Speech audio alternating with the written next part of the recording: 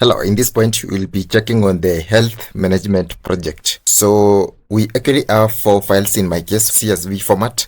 You can check that this is basically the first file. This one is actually the second file, and this one is actually file number 3 and file number 4. So they are all in CSV format. So we have to clean these 4 files. This one is actually for the emergency department, and I want us to actually clean this data so the patients are always brought in here for the emergency services. Then we also have the different outcomes in this point. So we have the staff in this hospital, that is for the emergency department. We also have the emergency incidents. We have the patient's file, and we basically have the outcomes. After they were actually brought in for the emergency, what were actually the outcomes? I can click on this one for the outcomes so that you can actually check. You can check that for the outcomes, you have recovered, we have improved, we have stable, we have deceased. So I would actually want us to do some proper analysis in this point here so that we can come up with some deep insights, because it's actually the insights which will actually make us to understand more about the emergency department. Remember, these ones are actually the files only. So I want us to come with some insights from this. So we'll basically clean this data. So we have 4 files. We will actually clean the 4 files. After cleaning the 4 files, we actually go and create a data model. After creating a data model, we can now create a pivot table. After creating a pivot table, we can do analysis. Then after doing the analysis, we can come up with the dashboards, everything, then explain the data. The most important thing is actually for you to explain the data. So in this point here, for the first one, which is actually the dim staff file, you can check it up there, dim staff file. I would actually want us to check on the blanks. Then after checking on the blanks, we also check on the data types. After the data types, we also check on the cases, that is the lowercase, the uppercase. We also check on the replacement of values. We also check on the duplicates. And in some cases, we might also be interested with the outliers, but in my case, the outliers won't actually fit it too much. So let's basically start with the blanks, because basically you can check that this is a blank, this is a blank. For the data types, if I click on this part here, it should actually display general there inside the number group. And if I click on this part, because these ones are basically the numbers, it should also display the general there inside the number group. So if it's actually displaying a text, then you should actually change that data type into general. We also have the cases. In this point, you can check that nurse is actually a small n, admin a small a. We also have doctor a small d, and we can actually try to have it in a proper case. So that's all about the cases. Replacing the values. So suppose you would actually want to replace, you can check that this is a numerical column, and we can actually replace the blank value there with the median. So we'll have to calculate the median here for this column. Then we replace the blank with the median. It's actually very important for you to actually replace the blank cell with the median when it comes to health data analytics. Median is actually more meaningful as compared to the average.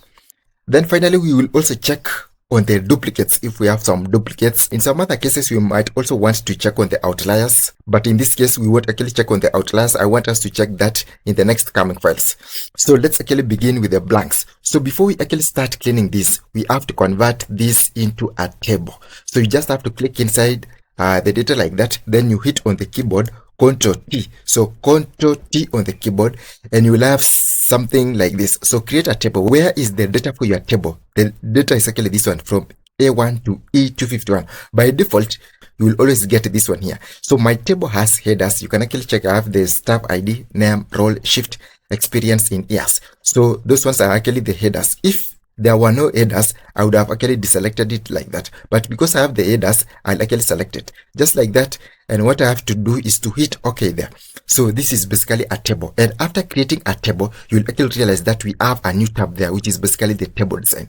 This table design tab actually appears when you click inside the table. If you click outside the table there, you can actually check that the table design tab disappears. So click it in like that so that you can have it. So when the table design tab is actually present, then you can actually do a lot of stuff here. You can remove the duplicates, you can do a lot of stuff. You will also realize that after we have actually created the table, in some cases you might not actually have these filtering buttons. This is basically what you call the filtering button. Filtering button again, you can click on it like that so that you can do the filtering. So that's basically the filtering button. So when the filtering buttons are not actually present after you have created the table, that's after you have hit Ctrl T. If those buttons are actually absent, then you have to come to this point here for the table design tab table styles options group, then you have to select on filter button. But by default, it's always selected. But if it's actually absent, it will be something like that. Now you can actually check that we do not have the filter buttons. So to actually bring back the filter buttons, you have to click on it like that. Then you can actually check that you have the filter buttons. Now I would actually want us to address on the blanks. So you'll actually be going column by column. So I'll actually click on this down button there, then scroll down. Then after scrolling down, you'll actually check that we do not have a null or a blank. If we actually had a null or a blank, it actually has to appear as the last item when it comes to cleaning the data with Excel. When it comes to Power Query, the blanks always appear as the first item. That's after select all. Then you actually have the blanks. But in Excel, when it comes to cleaning the data, when you have the tables like this, the blanks will always appear as the last item. We'll actually check on that. So in this point, we do not actually have the blanks. That's why we have 250 as our last item. In this point here for names, I'll actually click on the filter button there, then scroll down there, and you'll actually realize that we do not also have the blank, because if we actually had one, it could have appeared to be the last item there. So that's all. So just hit on OK there. For the roles, you click on the filter button there, and basically you can check that we have the blanks. The blank is actually a null, and it's actually appearing to be the last item. That's what I actually told you. So it appears as the last item, but when it comes to Power Query, it will always appear as the first item. That's after select all. So in this point, I want us to eradicate the whole row. Remember, if you actually deselect the blank like that, you are not just removing the single cell. No, you are eradicating the entire row because it has the incomplete records. So deselect it like that. Then you just have to hit on OK there. So that's all. Now you can actually check that the filter button there has actually changed, because now you can check that filtering has actually happened. So does not equal to blanks. In this point here for the shift, you can just click on the filter button there again, and now you can check that we also have a blank. So you have to filter out the entire rows where we have a blank cell, then you hit on OK there. So that's all. When it comes to the experience, remember this one is basically a numerical column.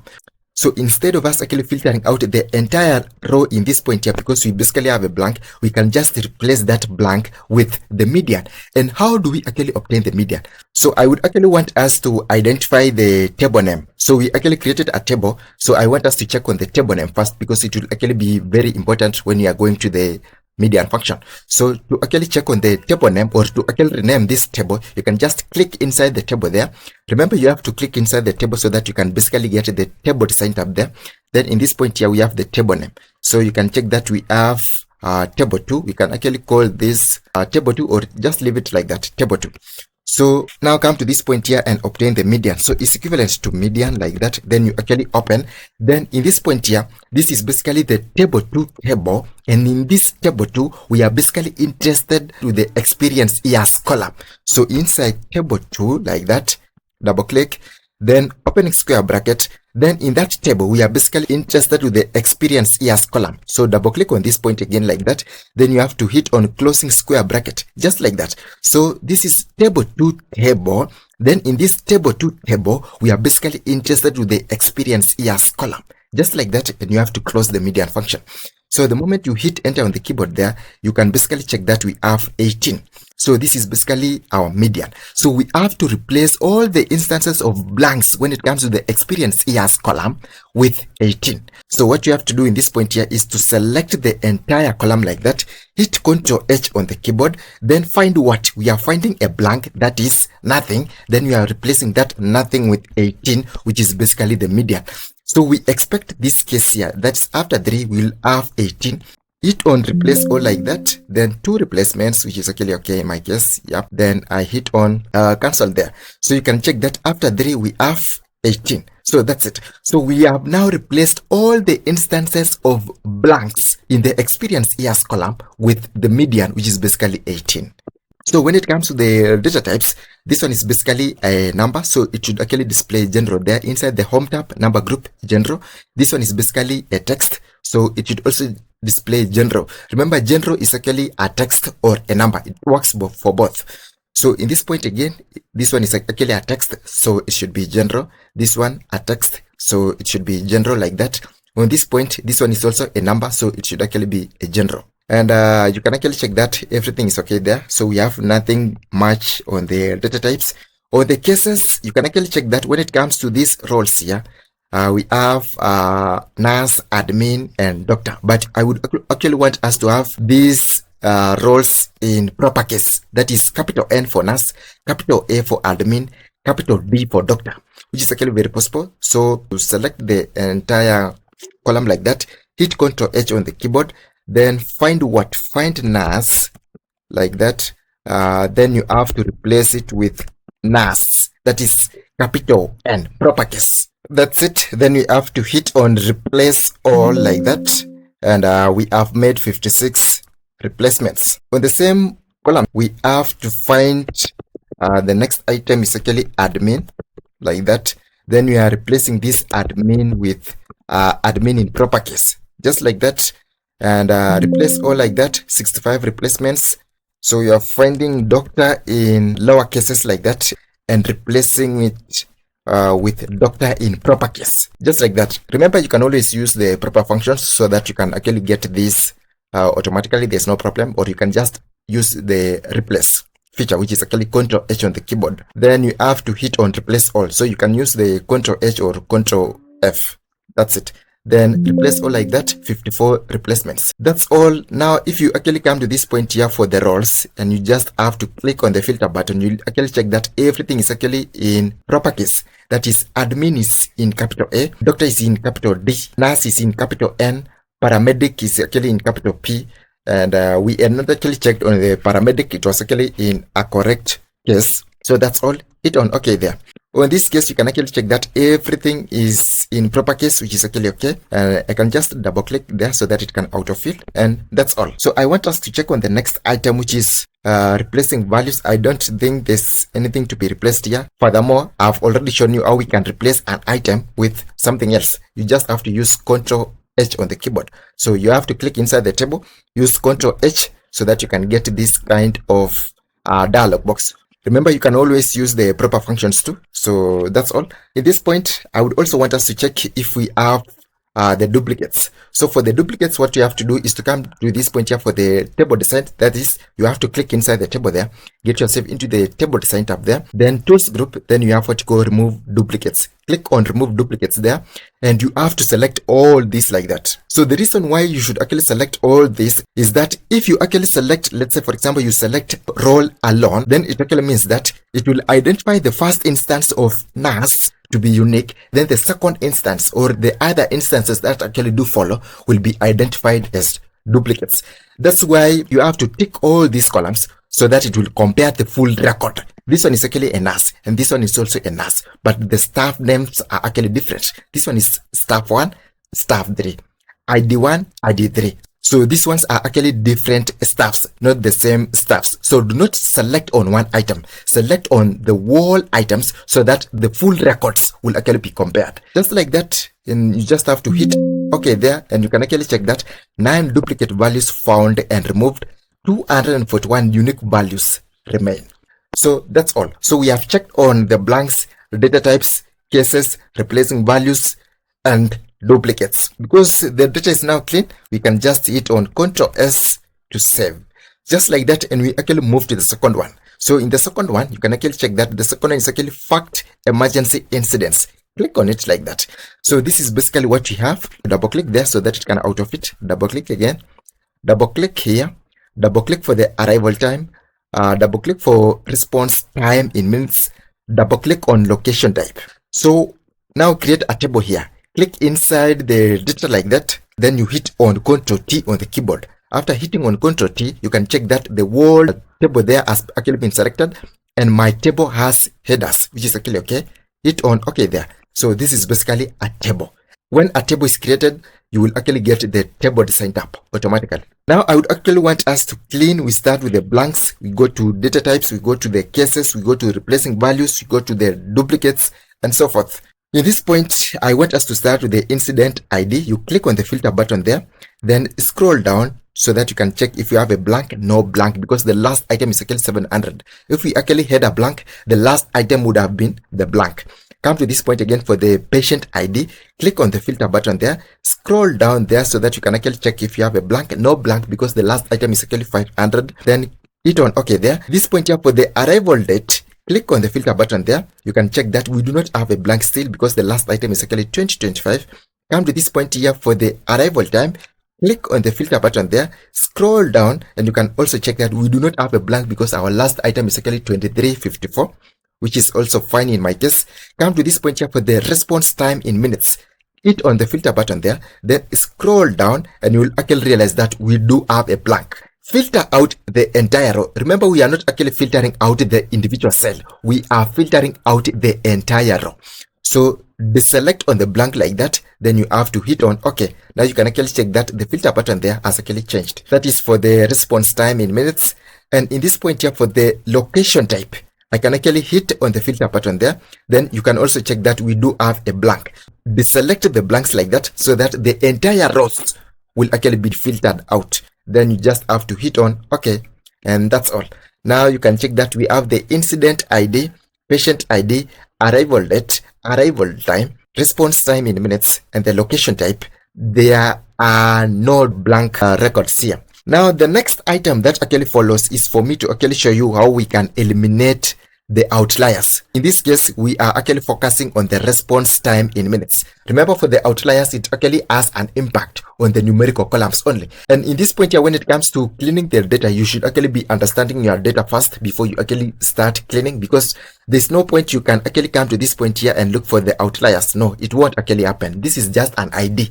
Why are you looking for an outlier when it comes to the ID? It doesn't actually make sense. Why are you looking for an outlier when it comes to the patient ID? It doesn't actually make sense. But you can actually have an outlier when it comes to the response time in minutes. We have to identify if we have the outliers. So we have to look for the quartile 1. We also have to look for the quartile 3, which is actually the upper quartile. Then we also calculate the interquartile range, which is actually the IQR. So for the quartile 1, we'll actually use the quartile function in Excel. So quartile, and we actually have to give a name for this table so that we can actually select this entire column. So I can just remove that first. Then I click on the table there. Then table design tab. Then in this point here, the name of our table is actually table 1. So table 1 table. So it's equivalent to quartile like that, .inc.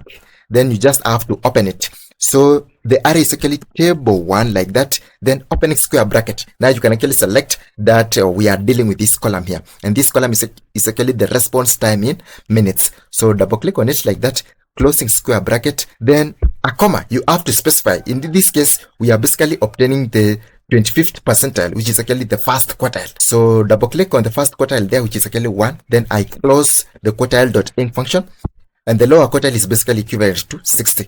How about the upper quartile? The upper quartile is actually quartile 3. So it's equivalent to quartile like that. Array is actually table 1. Then double click on it.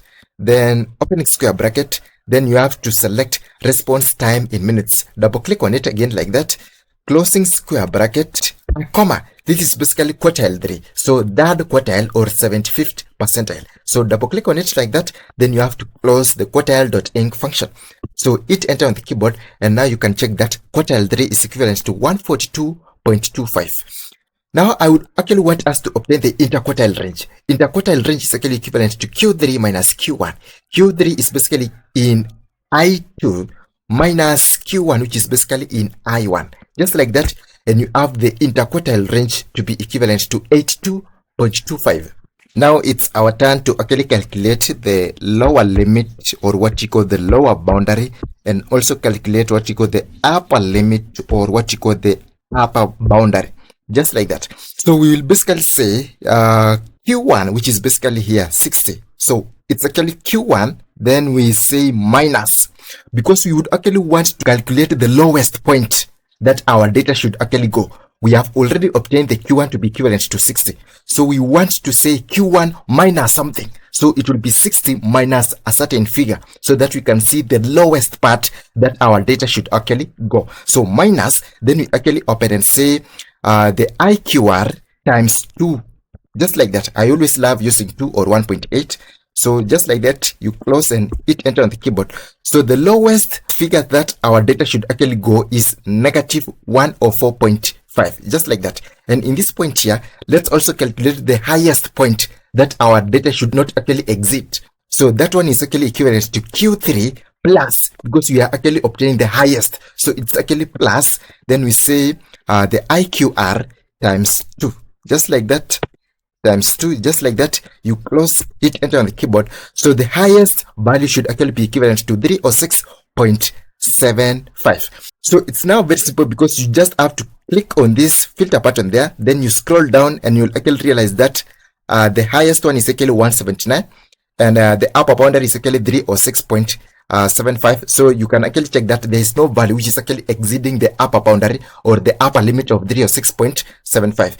And for the lowest value, you can actually check that it's 15, and the lower limit or the lower boundary is actually negative 104.5. So that actually means that we do not have an outlier. So there is no value which is actually going below negative 104.5, because all the values are actually greater than negative 104.5 and less than 306.75. So they are actually within the range. So we do not have the outliers.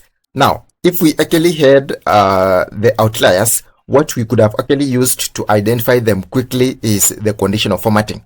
So you can just click on the first cell there, then you hit on Control Shift down arrow key to select the entire column there, which is actually Control Shift down arrow key. Then the next thing is for you to get yourself into the home tab there, styles group, conditional formatting. You click on it like that, then hit on new rule, just like that, and we have what you call use a formula to determine the cells to format. Click on it like that, then we have to use the OR function. So we can basically say is equivalent to OR like that, then we have to open. So we are actually saying if this value is actually less than this negative 104.5, or if this value is actually greater than 306.75. I hope you are actually understanding the concept. So if it's actually less than this negative 104.5, or if it's actually greater than 306.75. So if the first value there, which is actually E2. So if E2, and remember that E2 should not actually be locked, because it has to be running down less than this value there, which is actually on I6.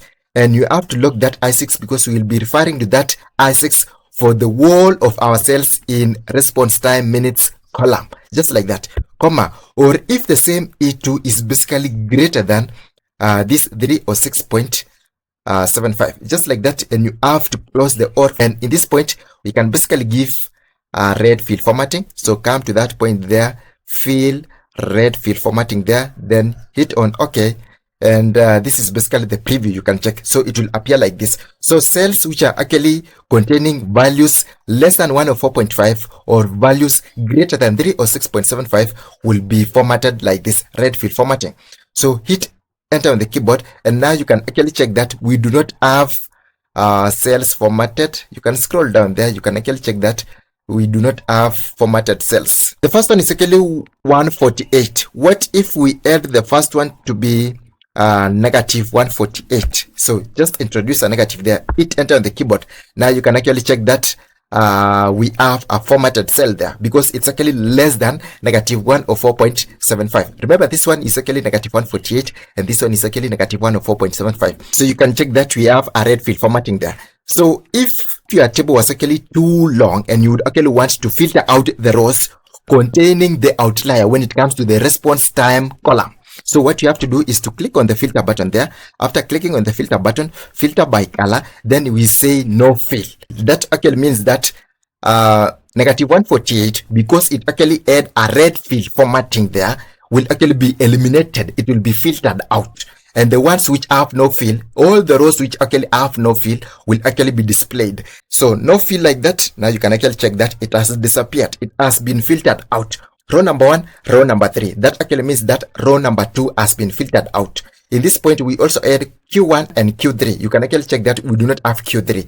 I want us to remove that negative sign because it wasn't actually there. I was just showing you how we could have actually addressed that in case we add an outlier. Now, I would also want us to see how we can do some replacement of values. So in this case here, I want us to replace this suburban with suburban urban. There should be an hyphen in between sub and urban. So select the entire column like that. Control H on the keyboard. So in this point, we are replacing sub urban like that with sub then urban. So let me first remove that doctor there. So suburban without the hyphen and suburban with the hyphen. So replace all like that. 202 replacements have been made, and that's all. So that's basically how we can actually replace the values. For the outliers, you have also seen for the data types, you can check that this is basically a number. So it should actually display general there. This is basically a number 2. General, which is actually okay. This is a date, which is actually okay there.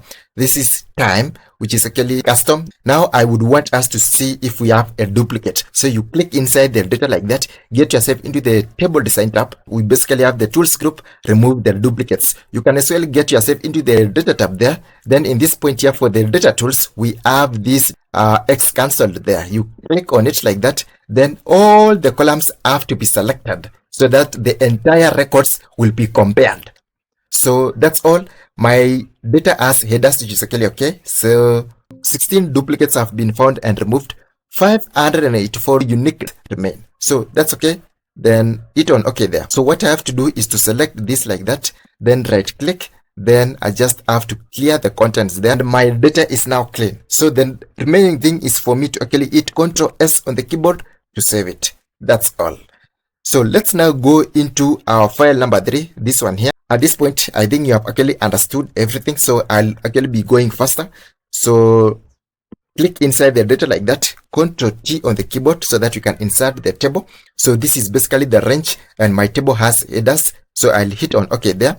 So double click out of it, double click on this point again, double click on the gender, double click on the condition, and finally double click on the severity level, just like that. And now let's actually start with the blanks. So for the blanks, I'll click on the filter button there, scroll down so that you can check no blank because the last item is actually 500. In this point here for the age, I'll click on the filter button there, scroll down there, the last item is actually 84, there is no blank. In this point here for the gender, scroll down there, you can actually check that we have a blank. So filter out the entire rows. So deselect the blank there. So the entire rows will be filtered out. So hit on OK. Now you can actually check that the filter button has actually changed there.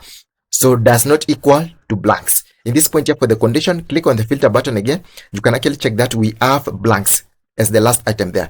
Deselect so that the entire rows containing the blank cells will be filtered out. So hit on OK again. You can actually check that the filter button has also changed. In this point here, clearly you can check that we have a blank here. So I would also want us to remove the rows containing the blank cells. So deselect the blanks there, then hit on OK. So the rows have actually been filtered out, just like that. So we have basically filtered out all the rows containing the blank cells. So I would also want us to check on the data types. So this one is basically a number. So get yourself into the home tab there. So you can actually check that it's in general format, which is also okay. In this point here for the age, general format. For the gender, which is actually male, general format, which is actually okay. Remember, we actually said that the general format actually takes the numbers and the text. Add attack, which is actually the conditions. So for the conditions, general, which is actually okay. For the severity levels, medium, which is actually a text, general. That's actually done. Let's get into the next one, which is actually the cases. So you can actually check that everything is actually in proper case. So we do not actually have anything here to correct. Everything is actually okay. And let's also check if we have something to replace. You can check that we do not have anything to replace again. I would also want us to see if we have the duplicates. So for the duplicates, I will click inside the table there. Then after clicking inside the table, we have the table design tab. Then tools group. Remove duplicates, I'll click on it like that, then I'll hit on OK. So 10 duplicate values have actually been removed, 490 unique values remain. So just hit on OK there. So that's all. And the next thing is for me to actually hit Ctrl S so that you can actually save that. So that file is actually very clean. So let's also come to this point here for the fact treatment outcomes. That's the outcomes for these patients who have actually been brought in for the emergency treatments. So we have to click inside the data like that, hit Ctrl T on the keyboard so that you can actually create a table. So this is basically my selected data and my table has headers. You can actually check that it's selected by default. Yes, this one will always be selected by default. So hit OK there. So double click to auto fit. Double click on this point again to auto fit. Double click on this part. So at this point, I want us to start with the blanks. So I'll click on the filter button there. You can actually check that the last item is actually 550. So we do not have a blank. For the patient ID, the last item is basically blank. So we have to filter out that entire record or the entire row. So you deselect the blank, then you hit on OK. In this point here for the staff ID, clearly you can check that we have a blank here. And we also do have a blank there. So we have to filter out those records containing the blanks. And if you would actually want to see if we have the blanks, you can just select the entire column like that. Then after selecting the entire column, get yourself into the home tab, styles group, conditional formatting, then new role. Then in this point, we have what you call format only cells that contain. You click on it like that. Cell value, you click on the cell value and say blanks. Then in the blanks, we have to give a formatting, and let's actually say a red fill formatting like that. Hit on OK. This one will actually be the preview. Then I just have to hit on OK there. So you can actually check that the blank cells have actually been highlighted. So they have actually been given a red fill formatting. So we can filter them out based on the formatting. So we have to click on the filter button there, then come to this point again for filter by color. Then we actually say no fill. That actually means if we say no fill, then it actually means that the cells which are not actually containing a fill will actually be displayed. If we actually say containing this red fill formatting, then it actually means that the cells containing the red fill formatting only will be displayed. Now you can actually check that we have these two here. So remember, we had actually selected the entire column. That's why this red fill is actually continuing up to the last cell that you actually have in Excel. But in this point here, you can actually check that we have two items. So this one here, which is actually in row number 7 and in row number 21. So we can just filter them out. So clear the filter from the staff ID. Now I want us to filter them out based on the no fill. So click on the filter button there, filter by color, then we say no fill. So click on no fill like that. And now you can actually check that 2 rows have actually been erased completely. We can actually confirm it was row number 7 and row number 21 which were actually containing the red fill formatting. Now you can check that row number 7 is actually out, row number 21 is also out. So you can just filter it out just like that again. And on this part, I want us to click on the treatment date. You can actually check that we do not have a blank there. On this part here, for the duration in minutes, you can clearly check that we have a blank. So you deselect a blank like that, then you hit on OK.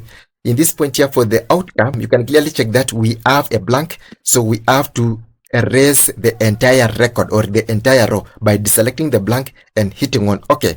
In this point here for the cost in US dollars, clearly you can check that we have a blank here. But in this point here for the numerical columns like the cost, the revenue, the profit, you can always replace that. You can always replace that blank cell by the median. Remember, we could not actually replace that when it comes to the ID because there is no way you can actually obtain the median for the IDs or the median for the patient ID or the median for the staff ID. No, that won't actually make sense. But in this point here for the cost in US dollars, we can basically replace all these instances of blanks with the median. So first of all, you have to obtain the median, and we can actually identify the table name here. So you click inside the table design tab there, then you can check that this is table 1. So come to this point here, which is actually on I2 there, then say is equivalent to median like that, then you actually open. Then this is basically table 1. So table 1, so I just have to double click on it like that, then opening square bracket, then this is actually cost in US dollars. So cost in US dollars, double click on it like that, then closing square bracket, then we have to close the median function. So the moment I hit enter there, you have the median to be equivalent to 129.60. So you have to select the whole of that column like that, then hit Ctrl H on the keyboard, then we are basically replacing a blank with 129.60. So 129.60. So we are basically replacing all the instances of blanks with 129.60. So replace all like that. So we have made one replacement. So hit on OK there. So we actually add one, which was actually this one here, 129.60. So we have actually replaced the instance of a blank in the cost column with the median, which is 129.60. The other thing which actually remains is for us to actually identify if all these items are actually in their correct data types. So for the order ID, you can actually check that it's actually in the general format. patient ID, general format, staff ID, general format, treatment date, it's actually in the date format. Remember, the date must actually be in the date format.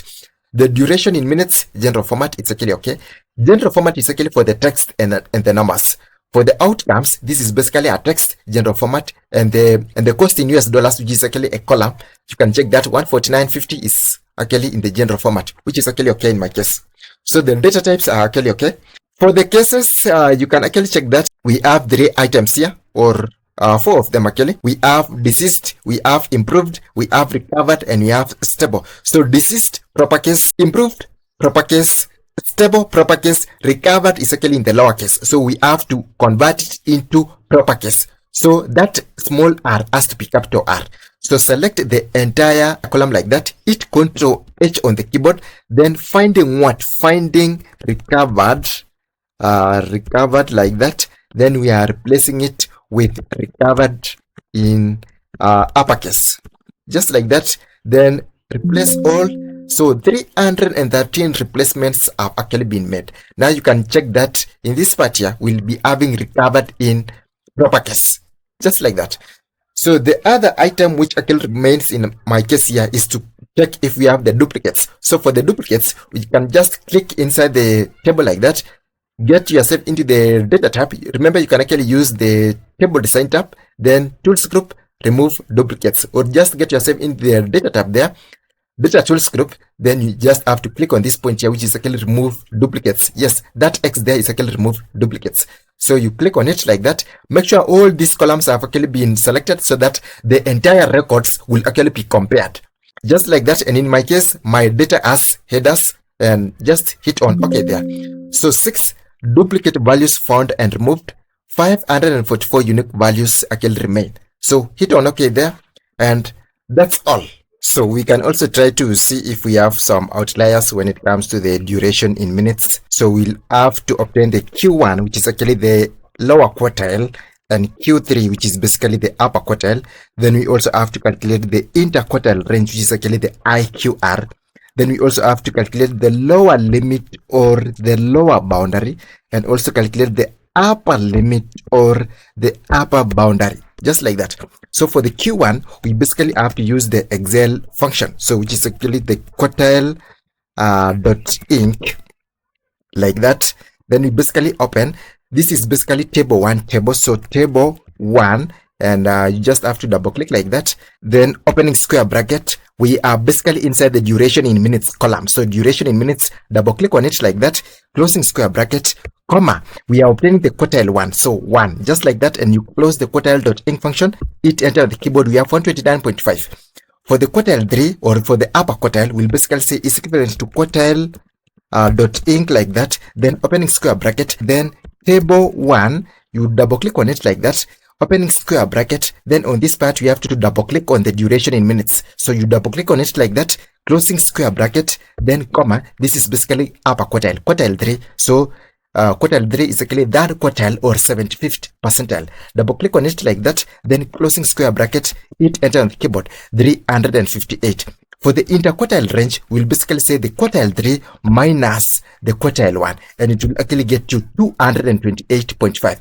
Now for the lower limit, or for the lower boundary, we'll actually say the lower quartile minus some allowance, so that you can actually see the lowest point that our duration in minutes should not actually go beyond.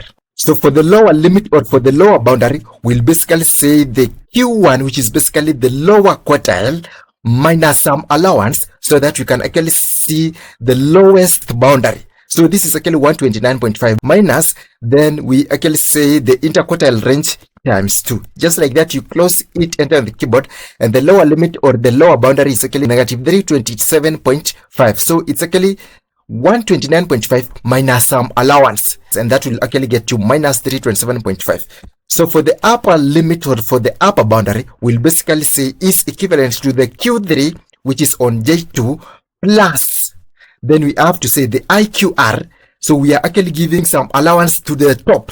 That's why we are actually saying plus. So 358 plus something, so that we can actually see the upper boundary or the upper limit that our data should not actually exceed, or that our data should not actually go beyond.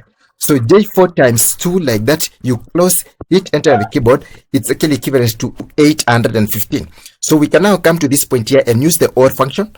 So you click on the first cell there, then you hit on Control Shift down arrow key so that you can select the wall of that column there. Then come to this point here, that's inside the home tab, we have the styles group. Click on the conditional formatting there, then we basically have the new rule. So in this point, we are going to use the OR function. So format values where this formula is true, so is equivalent to OR. That is, if this very first cell here, which is actually 132, and that 132 is basically in E2, we are not actually going to use the dollar signs there. So it has to be E2 because it has to shift to E3, E4, E5 like that all the way. So if that E2 is basically lower than what we have in this point here, is basically lower than negative 327.5, yes, or the same E2 is greater than 815, that is, our data should not actually go beyond negative 327.5 or go beyond 815. So if it actually goes beyond that, then the formatting has to be equivalent to a red fill formatting. I always love the red fill formatting because it's actually catchy to the eye. And this is basically the preview. So I'll actually have to hit on OK there. So after hitting OK, you can actually scroll down there and you will actually realize that we do not basically have the cells containing the red fill formatting. So instead of actually scrolling down, you can actually come to this point here, hit on the filter button there. Then if you come to this point here for filtering, you click on it like that, you will actually realize that we do not have filters by color. So we have sort by color, numbers filter. We do not have filters by color. Understand that filters by color is actually different from number filtering and sorting by color. So remember, you can actually do the filtering based on the colors. So if we add something like 832, I can have that 132 to be 832. So 8, hit enter the keyboard. Now you can actually check that this one has a red fill formatting. So the moment I actually get back to my filtering button there, you will actually realize that we will be having the filtering by color. Click on it like that. Now you can actually check that we have filters by color. So if we add the outliers, then you can actually click on filters by color so that you can actually check on the outliers only. Now you can actually check that we actually have one. So you can come to this point again there, then select no fill, just like that. So if we add this one to be 832, you can actually check that 832 is actually beyond 815. So we expect to have a red fill formatting there. So the moment I hit enter there, you can actually check that we have a red fill formatting there. And if you would actually want to filter this out, you can click on the filter button there and you can check that we have what you call filter by color. This filter by color will actually appear if we have formatted cells in that column. Like in my case, I have a red fill formatting. So if you do not have formatted cells there, then you will not actually obtain this filter by color. So this is basically what I'm saying. So if you add this one to be 132, the way we add it, then you hit on the filter button there, you will actually realize that we do not have filter by color. It's actually deactivated. Yes. So it's actually activated the moment you have an outlier. So the moment you have an outlier there, you will actually realize that there will be an outlier, and that outlier is actually having a red fill formatting. So this red fill formatting is what activates the filter by color. So it can be a blue fill formatting or something else, a different thing. So you click on the filter button there. Now you can actually check that we have filter by color. So if you would want to filter it out because it's an outlier, so to filter it out, you just have to click on no fill. So for the no fills, you will actually have the entire row containing the red fill formatted cell being eradicated or being filtered out. I would actually want us to create a data model. Given that our data is now clean, so we do not have the blanks in our data. That's the 4 files. So this one, so are basically the files, the dim stuff, the fact emergency incidences, the dim patients, the fact treatment outcomes. We do not have the blanks. All the data is actually in the correct data types. The cases have actually been addressed. We have replaced values where possible. We have also checked on how we can address the outliers and how we can also address the duplicates. So in this point, because these ones are 4 different files, I would actually want us to create a data model. So it's actually very possible for us to create a data model. So what you have to do is to get ourselves into the file tab there. Then inside the file tab, we have what you call the new. Then we have to create a new or a blank workbook, just like that. So in this point here, we basically have what you call Power Pivot. Power Pivot in Excel is actually used for data modeling. So you click on the power pivot there, then you basically have what you call manage. So you have to click on manage like that. You can check that it's inside the data model group. So you click on manage and you actually wait as it loads. So this is it basically. So what you have to do is to come to this point here. That's for the get external data. So inside the home tab, get external data, and we just have to hit on from other sources. So you click on from other sources like that, then scroll down there. Remember, our data was actually in a text file or a CSV format. So do not actually confuse it with the Excel file. So you have to browse. So in browsing, it's actually inside the downloads. So you click inside the downloads, and you can actually check that they are here. So I can click on the first one, which is actually the fact emergency incidences 1. So hit on open there. It will actually try to load, and you can actually check that there's an error. So an error occurred while loading the file. Why? Because we actually forgot to close the files. So you have to close these files. So you close the first one there, you close the second one there, you close the third one again, then finally you close the fourth one. So that's all. Now, if you come to this point here and backspace there, then I go again into bringing back the same file. That's fact emergency incidences file. I hit on open there. You will actually realize that it will load. Yes. So let's actually wait and see. So now you can actually check that it has loaded. So in this point here, you can check that our row 1 is actually having the headers, column headers. We have the incident ID, patient ID, arrival time, arrival date. So all these items in row number 1 should actually be the column headers. So we have to use the first row as the column headers, just like that. Then we just have to hit on finish. Very simple. That's all. So it will actually import there. Then you just have to hit on close, and the table import wizard will actually disappear on its own. Then this one will actually be loaded. Now you can actually check that we have the file loaded here. So how do we actually bring the other file? So we have to also go into import from other sources, scroll down there. Then this is basically text file because it's basically a CSV format. Remember, it's not actually the Excel file. It's actually saved as separated value format. So select it like that, then hit on next, browse. Then on this part, it's actually fact treatment outcomes. Then hit on open again. Then in this point, you'll actually check that our column headers are actually inside row number 1. So we have to use first row as the column headers, just like that. And that's all. Now hit on finish there, hit on close. So after hitting on close, it will actually load here, and this table import wizard will actually disappear on its own when the data is actually fully loaded here. So let's actually wait. It has actually disappeared. So let's also go into bringing our item number 3. So scroll down there. So in this part here, we have to select text file like that. We have to hit on next. Then in this point here, we have to browse. So browse for the file, dim pressures. Then I hit on open like that. Then we have to get the first row as the column headers, because you can check that you have the patient ID, the age inside the first row. So we are using the first row as the column headers, just like that. And we just have to hit on finish. So hit on finish like that, and you close. So you close so that it can be loaded here. And when it's actually fully loaded, this table import wizard will disappear on its own. Finally, we have the last item. So you click on from other sources again. So you scroll down there. So we basically have text file there.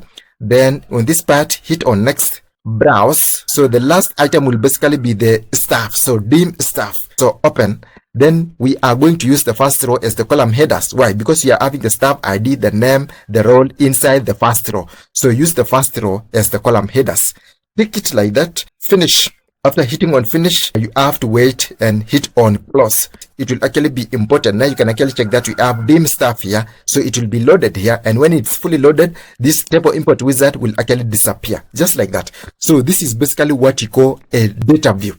So you can actually check that inside the view group, that's inside the home tab view group, the data view has actually been activated. And when it's actually activated, you can actually navigate through these different files. So we have this one file here. You can go to the next one. You can go to this one again. You can also go to the last one. So if you want to create a data model, so what you have to do is to get yourself in the diagram view. So you click on the diagram view. So you are basically exiting the data view into the diagram view, just like that. So expand this like that so that you can actually check all the items inside those files. Expand all of them so that we do not have to use this scroll bars here. So you just have to expand so that you can see everything once. So in this part, we have the incident ID, patient ID. In this point, we have the outcome ID, patient ID, staff ID. We have the patient ID. In this point here, we have the staff ID, we have the names. So it's upon us now to identify the primary keys. So this patient ID, patient ID, patient ID, which patient ID is actually the primary key? That's actually the question. So in this patient's data here, the patient ID will actually be the primary key. So this one is basically the primary key. So what you have to do is to drag and drop inside the primary key. So we are dragging it from the patient ID that's inside the patient emergency incidences table and dropping it inside the patient ID, which is actually the primary key. So you drop inside the primary key, just like that. So patient ID to patient ID, that is from many to one. So this is basically the primary key. I want us to create a link based on the staff ID here. You can actually check that we have the fact treatment outcomes table here, and we have the DIM staff table here. So we have the staff ID here, and we also do have the staff ID here. So this staff ID in this DIM staff table is actually a primary key because this is where we have the staff data. So this is basically the primary key. This is where we have the staff data, and this is basically many to one because this is basically the primary key. So what you have to do is to drag from a region of many and drop it in a region of one. So from many to one, that is, we are pointing inside the primary key. Staff ID from the fact treatment outcomes table to the staff ID inside the DIM staff table. Just like that, you drop and a link will be created. Now, I would also want us to create a link. So I want us to have this squeezed so that that design will be shifted. We can have it like that. Just have to twist it like that. So just twist this like that again. That's actually done. So this one is actually, this table here is actually linked to this. And this table is basically linked to that. So this one is basically linked to this. And this one is actually linked to that. So this one is still not one model. So this one is not actually one model. No, these ones are actually two because this one and this one are actually related.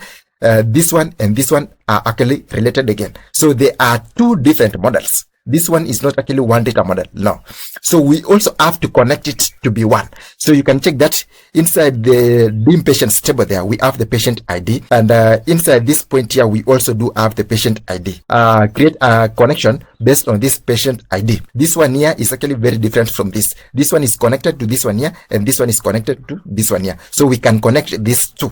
This one is actually the patient ID, and this one is also the patient ID. This patient ID inside the patient's table is actually the primary key. So you just have to drag from the fact treatment outcomes table and drop it inside the DIM patients table. So patient ID to patient ID, just like that, and a model will be created. So we have a one-to-many relationship. We also have a one-to-many relationship, and on this other case, we also have a one-to-many relationship. So this one is now a one data model. I want us to check on the total number of patients and also check on the total incidences that we have. And we can also check on the repeat visitors. So that's actually very simple. And I will actually show you how we can use the pivot table fields there and how we can also create measures so that we can obtain the same results. So let's go. So for the total number of patients in this point here, remember we actually have the patient ID when it comes to the DIM patients table. We also have the patient ID when it comes to the fact emergency incidents table. And we also have the patient ID when it comes to this point here, which is the fact treatment outcomes table. But in this point here, for the total patients, we are going to obtain the count of patient IDs inside the DIM patients table. Why are we actually using this patient ID here?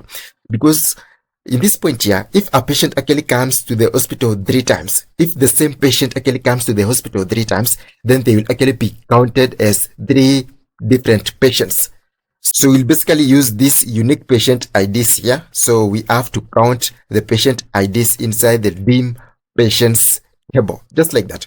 So what you can actually do is to drag this patient ID inside the values. So you click on it like that and drag it inside the values like that, and you'll actually obtain the sum of patient ID. But in my case, I actually want the count. So click on the down arrow there, hit on the value field settings.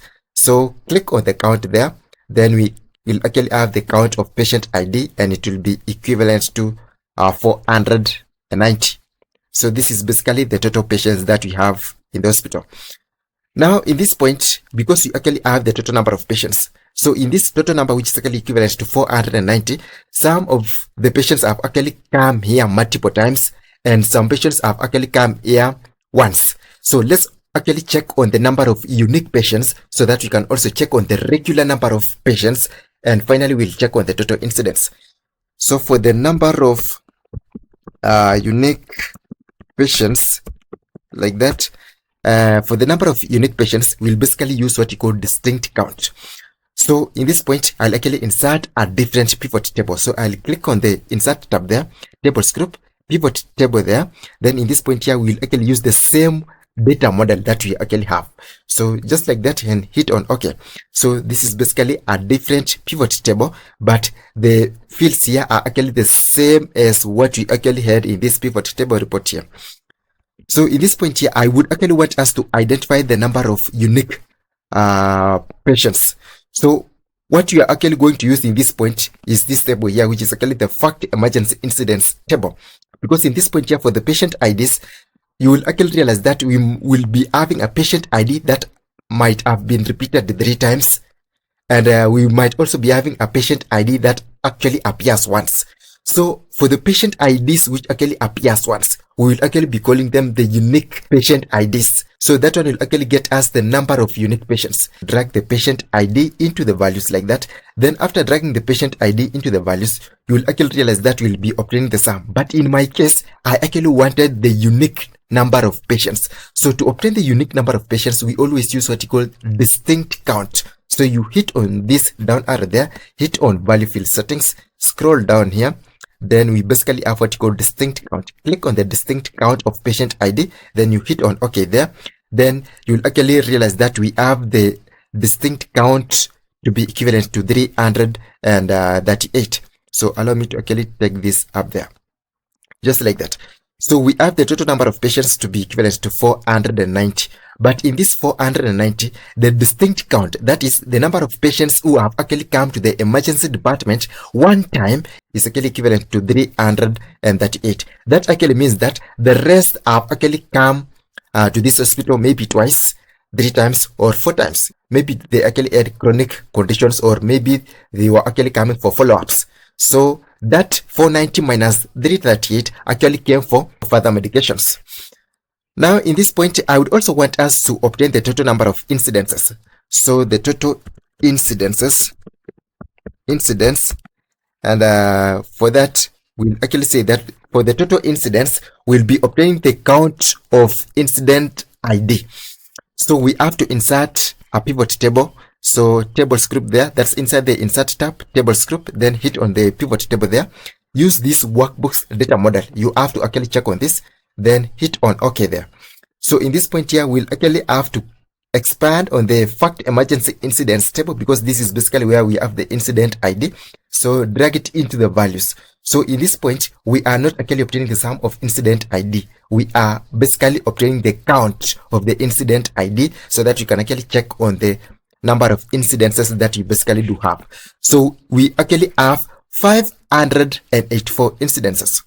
Now, in this point, I would also want to show you how we can use the measures so that we can obtain the same values. Remember, we can also create measures inside Excel. Excel is actually everything. It's actually a very powerful tool. So let me actually show you how we can obtain this 490 by using the measures. So what you have to do is to get yourself into the Power Pivot there. This is basically where we have the calculations group. Then we have the measures there. So click on new measure, just like that. So in this point here, we are actually going to insert our new measure inside the dim patients table there.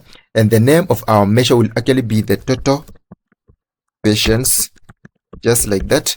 And to obtain the total patients, the formula will actually be equivalent to the count. Yes. So we'll actually say count of patient ID, and this patient ID is actually inside the dim patients table. Have that in your mind. So it's actually inside this dim patients table. So you just have to type dim like that, so that you can actually get all the columns there. So dim patients table, then we have the patient ID. Double click on it like that. Then you have to close the count function, just like that. Very simple. So hit on OK there. Now we can come to this point here and insert a pivot table. So insert a pivot table there. Use this workbook's data model, which is actually OK. Then hit on OK there. So come to this point here for the dim patients, then expand it, then you hit on the total patients. Now you can actually check that the total patients is actually equivalent to 490. That's what you actually had there. Let's also check on how we can obtain the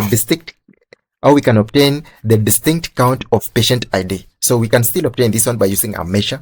So very simple. Get yourself into the Power Pivot tab there. Then inside that point, you have the calculations group. Hit on the measures there. Then you hit on the new measure. Then we have to say the unique number of patients. Just like that, the unique number of patients. So we'll actually say is equivalent to distinct count. Just like that, then you actually open.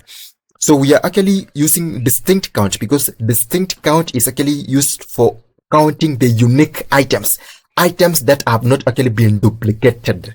Just like that.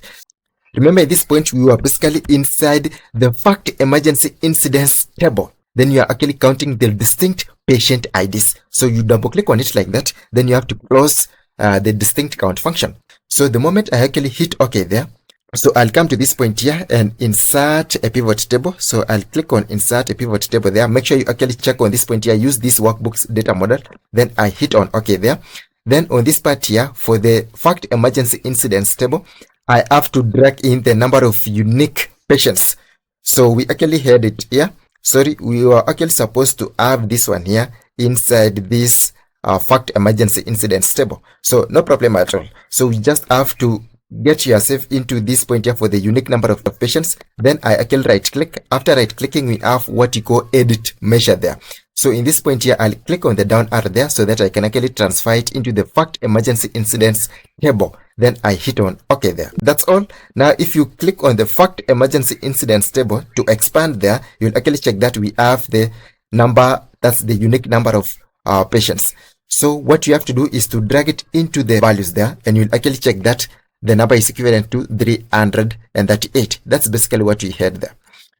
Count of the incident ID. So for the incident ID is basically inside the fact emergency incidents table. So get yourself into the Power Pivot tab there, calculations group, hit on the measures there, hit on the new measure. Then in this point here, do not actually forget fact emergency incidents table there.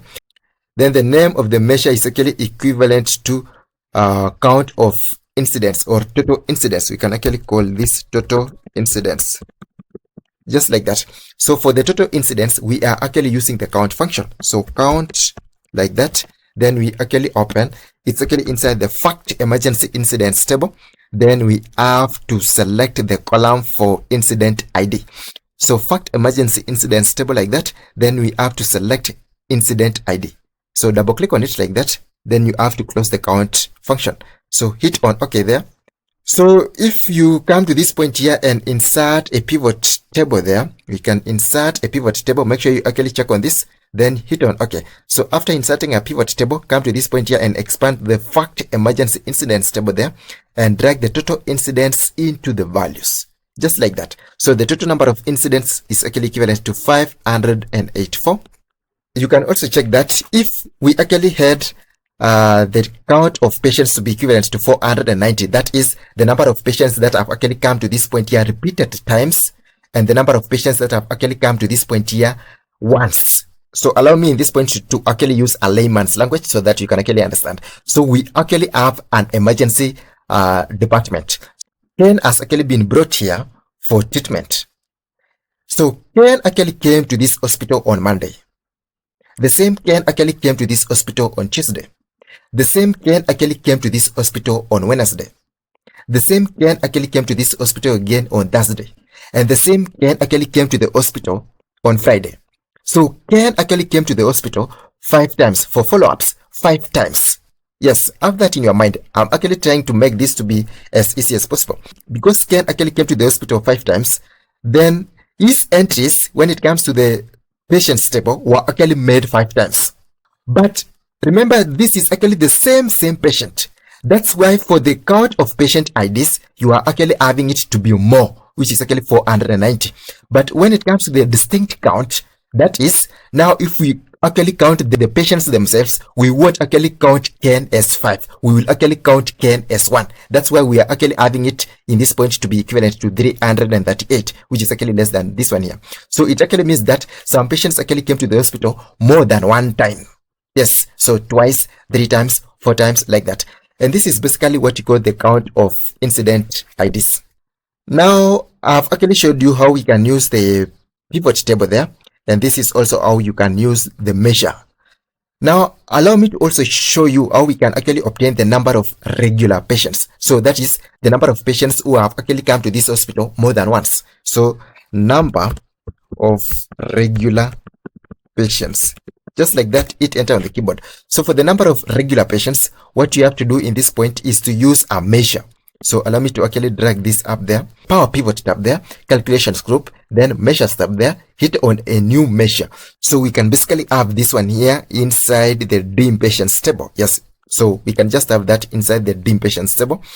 Then in this point here, we actually say number of regular patients, or patients who have actually come twice, 3 times, 4 times, like that. So it will actually be equivalent to the total number of patients minus the unique number of patients. That is 490 minus 338. Very simple. So total number of patients minus the unique number of patients. But remember, we actually do have a measure for the total number of patients, and we still have a measure for the unique number of patients. So just use a square bracket so that you can actually have all the measures there. In this point, you can actually check that we have the total patients here. So you double click on it like that.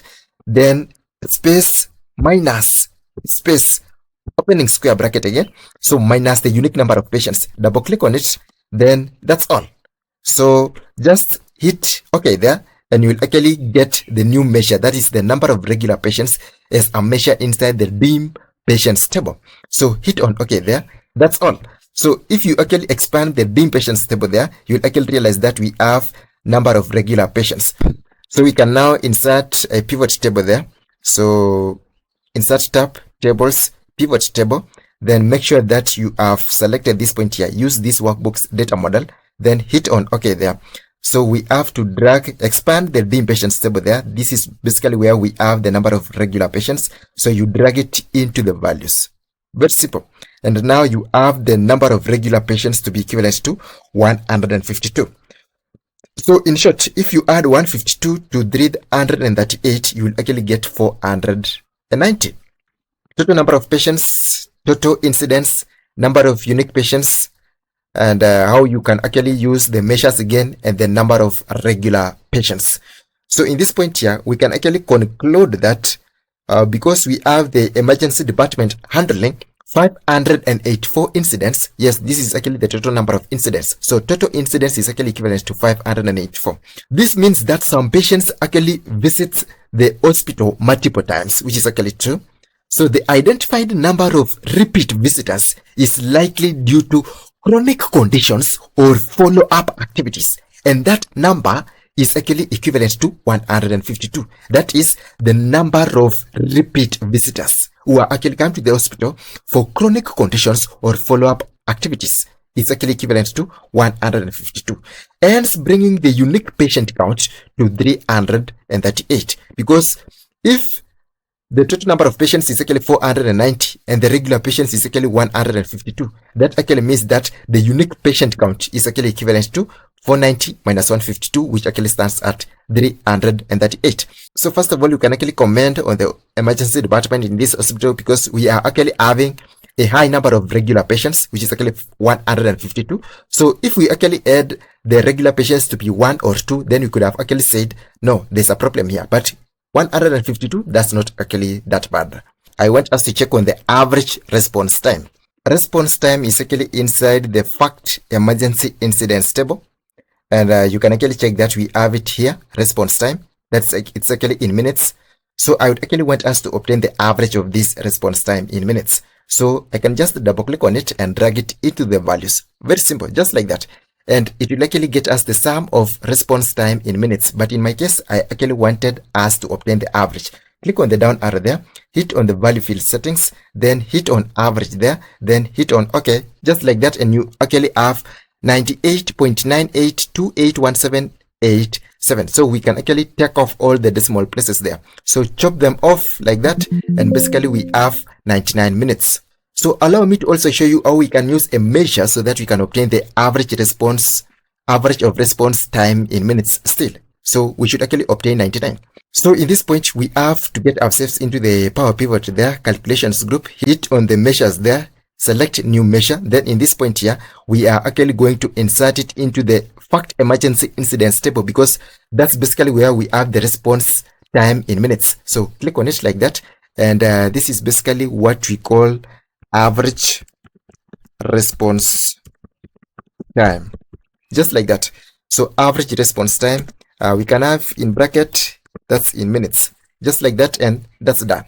So for the average response time, what you can actually use in this point is the average function, just like in Excel. So average is average function, just like we've been doing in Excel. So average like that, then you basically open. It will ask you, you are obtaining the average for which column. In my case, we are actually dealing with the response time column. And this response time column is actually inside the fact emergency incidence table. So fact like that, so that you can basically obtain the response time in minutes. So fact emergency incidence table, and the column name is actually response time in minutes. So you double click on it like that, then you close the average function like that. Then what you have to do next is to hit on OK there on the keyboard. So if you come to this point here for the fact emergency incidence table, you will actually realize that we have the average response. This is basically a measure. When you see FX, it's actually a measure. So what you're actually going to do in this point is to insert a pivot table. So insert pivot table there, then use this workbook's data model, which is actually okay. Yeah, done. So expand the fact emergency incidence table there, then drag this average response time in minutes into the values, and now you can actually check that we have 98.98281787. Come to this point here, that's the home tab, chop off all those decimal places, and now you have 99 minutes. That's it. So they are actually the same. So what can we actually conclude from that 99 minutes? So it actually means that it takes 1 hour 39 minutes on average to respond. 99 minutes is basically equivalent to 1 hour 39 minutes. 1 hour is actually 60. 60 plus 39 is 99. So it takes 1 hour 39 minutes on average to respond to an emergency. This is quite high and signals potential delays in ambulance dispatch. So this could lead to worse patient outcomes, and as an analyst, I would actually mark this as an area that needs improvement.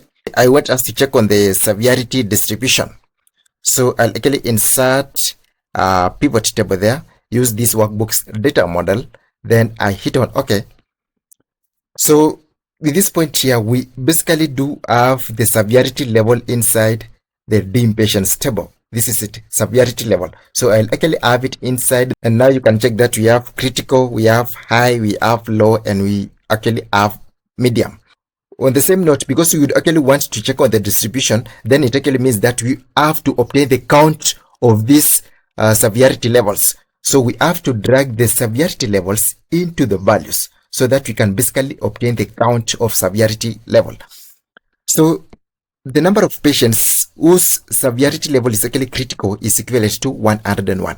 The number of patients whose severity level is actually high is equivalent to 131. The number of patients whose severity level is actually low is equivalent to 126. And finally, the number of patients whose severity level is actually medium is equivalent to 129. Remember, you can also obtain this as percentage of the grand totals, which is actually very possible. So you click on the count of severity level there, then come to this point here, hit on the down arrow, value field settings, then we basically have what you call show value as, then hit on this down arrow here, then as percentage of the grand total, just like that, and you hit OK, and you actually realize that you have 20.74%, 26.90%, 25.87%, 26.49%. So that's it. Now remember, you can still bring in the count of severity level just like that, and that's all. So you can just switch these two so that this count actually comes before the percentage. So to actually do that, you just have to drag like that, and that's all. So we have the count of severity level, yes, and this is also the count of severity level, but we have actually converted this as a percentage of the grand totals. So majority of the patients in this hospital actually have high severity level because it's actually the leading with 131. You can imagine that it's actually very high. So 26.90%. And these two basically, you can actually check that 20.74% and 26.90%. These two actually accumulate to something like 47.64%. So for the critical level and the high level, you can actually check that this rate is actually too high. So it actually needs to be addressed. We can actually say that around 47% of the patients are actually of high and critical levels. So this paints a picture of a high pressure in the emergency room dealing with life-threatening cases almost half the time. Almost half the time, because 47% is almost 50%. So it's almost half the time. Now I would also want to show you how we can use the measures in Excel here so that you can actually obtain these counts here, so that you can obtain the count of patients with the critical level, high level, low level, and medium level when it comes to severity. So it's actually very possible. So what you have to do in that case is to come to this point here for the power pivot, then calculations group, hit on measures there, then come to this point here for the new measures. So in this point here, you'll actually realize that this severity level is actually inside the dim patients table. So you click on the dim patients table there. Then in this point here, we'll actually say critical severity distribution. Very simple, just like that.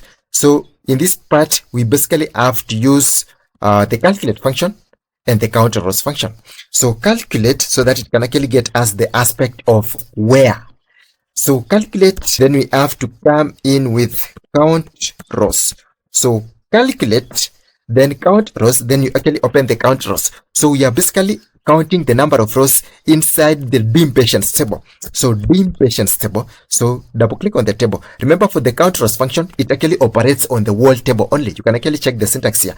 Count rows, then table name. So we are counting the number of rows inside the table name, inside this table, which is actually the dim patients table. Yes, where the severity level is actually equivalent to critical. So comma. So where the severity level is actually equivalent to critical. Where do we actually have the severity level? The severity level is actually inside the dim patients table. So dim like that, so that you can actually have the severity level. It's actually here. Double click on it like that. Then space equivalent sign and space. Double quotations, that's the opening double quotations. Then critical. Just like that, closing double quotations, then you can also close the calculate function. So we are calculating or obtaining the number of rows inside the dim patients table. Yes, where the column severity level is equivalent to critical. And this column severity level is basically inside the dim patients table. Yes. So hit on OK there.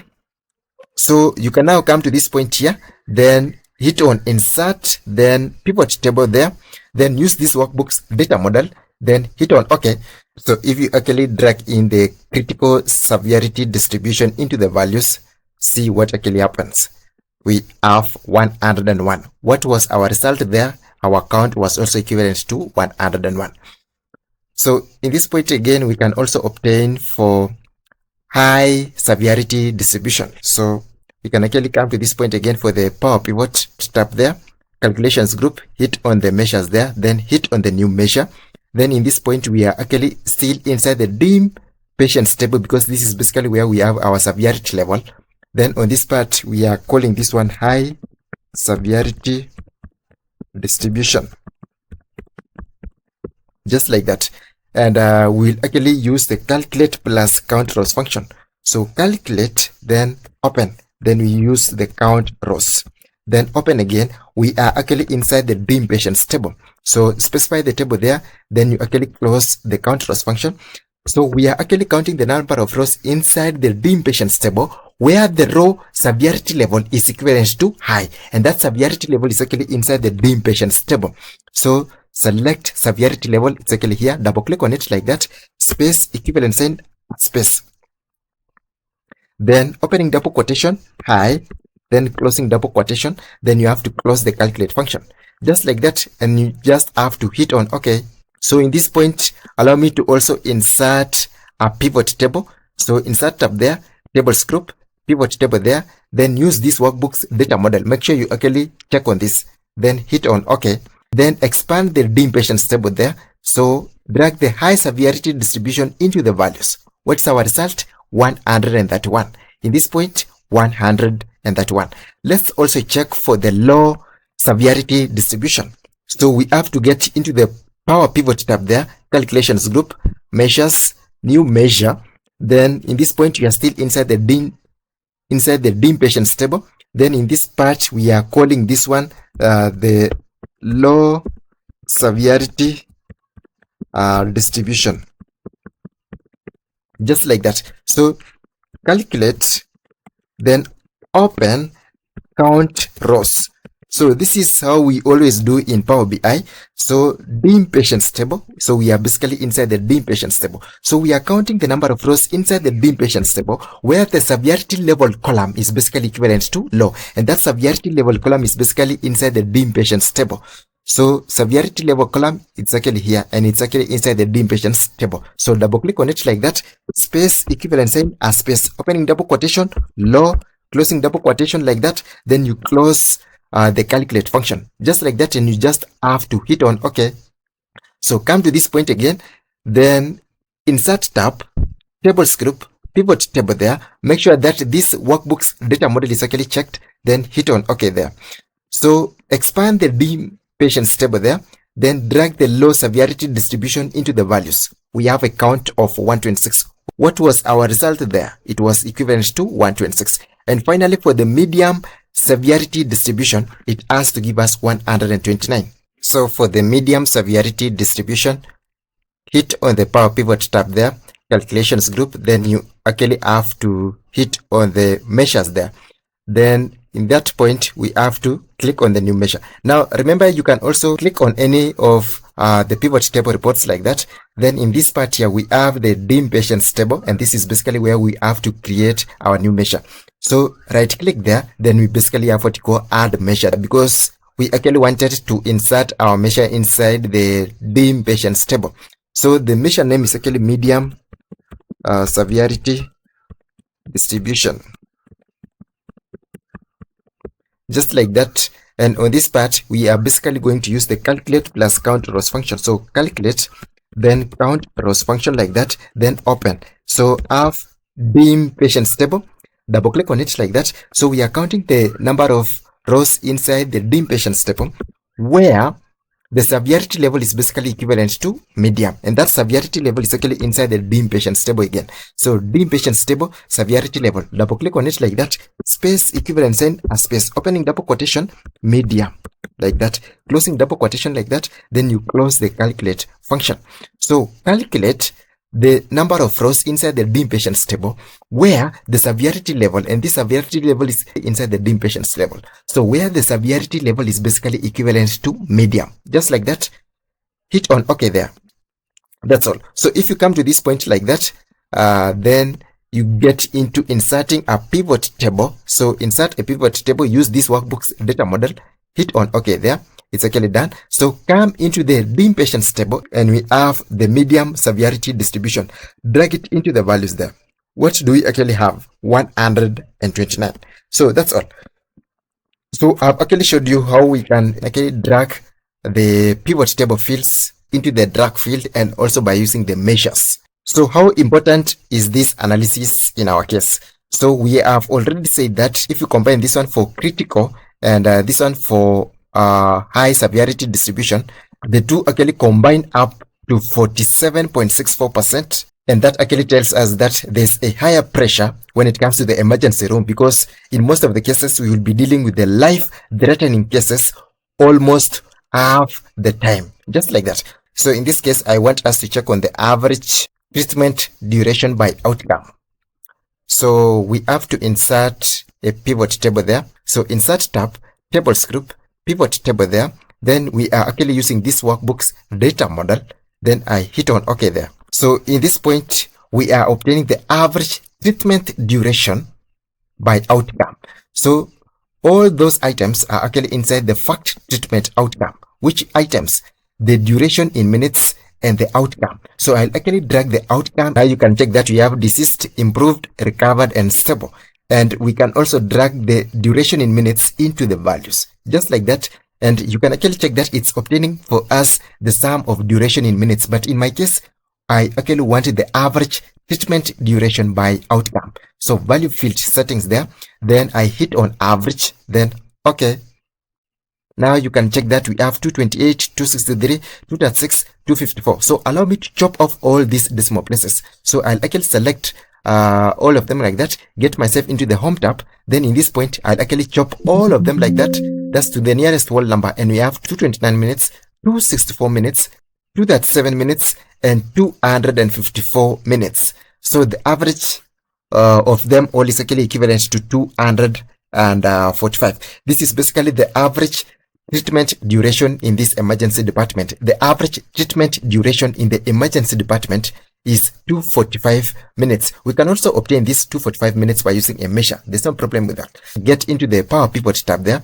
Then inside the calculations group, we have the measures there. Then hit on the new measure and we'll actually insert it inside the fact treatment outcomes table there. Then this measure is actually what you call the average treatment duration. We would actually want to obtain the last one here, which is actually 245 minutes. So let me actually show you how that is actually done. So we'll basically use the average function. So average function like that. Yes, then you actually open. So we are basically obtaining the average of duration, and this duration is actually inside the fact treatment outcomes table. So fact treatment outcomes table, and we have duration. So scroll down there. Now you can actually check that we have the fact treatment outcomes table, and in this table we have the duration in minutes column. Just like that, double click, then you have to close. So I expect to have something very close to 245. It can be 244 point something or 245 point something. So hit on OK there. So in this point now we have a new measure inserted inside this table here, which is actually the average treatment duration. So I can actually click on D2 there. Then insert a pivot table. Yes, make sure you have actually selected this, use this workbook's data model, then hit on OK. So expand the fact treatment outcomes table there, drag the average treatment duration into the values, and basically you can check that we have 245.1694291. So allow me to actually chop off all those decimal places there. So chop them off. We have 245 minutes.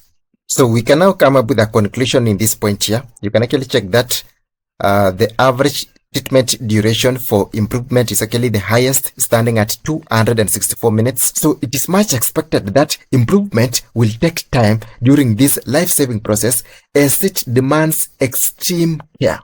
I want us to check on how we can obtain the total cost and the average cost of treatment. So remember, we actually have the cost in US dollars. So I can actually insert a pivot table so that you can check on all that. So use this workbook's data model like that. So hit on OK there. So if I actually expand this table here, you can actually check that we have the cost of treatment here, the cost in US dollars. So I would actually want us to obtain the total cost and the average cost. Average cost is actually equivalent to total cost divided by total patients. Very simple. So drag the cost into the values there. And now you can actually check that we have the sum of cost standing at 703.0934 US dollars. So I can actually have a comma separator. So I can actually have 1,000 separator there. So home tab, then hit on this 1,000 separator.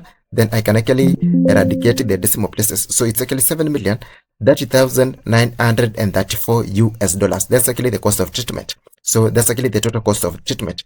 How about the average cost of treatment? It's also very simple. So what you have to do is to insert another pivot table. So insert tab, tables group, pivot table there. Then in this point, use this workbook's data model, existing worksheet. Then on A7, which is actually okay because you can actually check we have the dancing ends there. Then hit on OK. So expand the fact treatment outcomes table there. So drag the cost in US dollars into the values. So in this point, we have to convert that sum into average. So just like that, hit on average, then we have the average of cost in US dollars.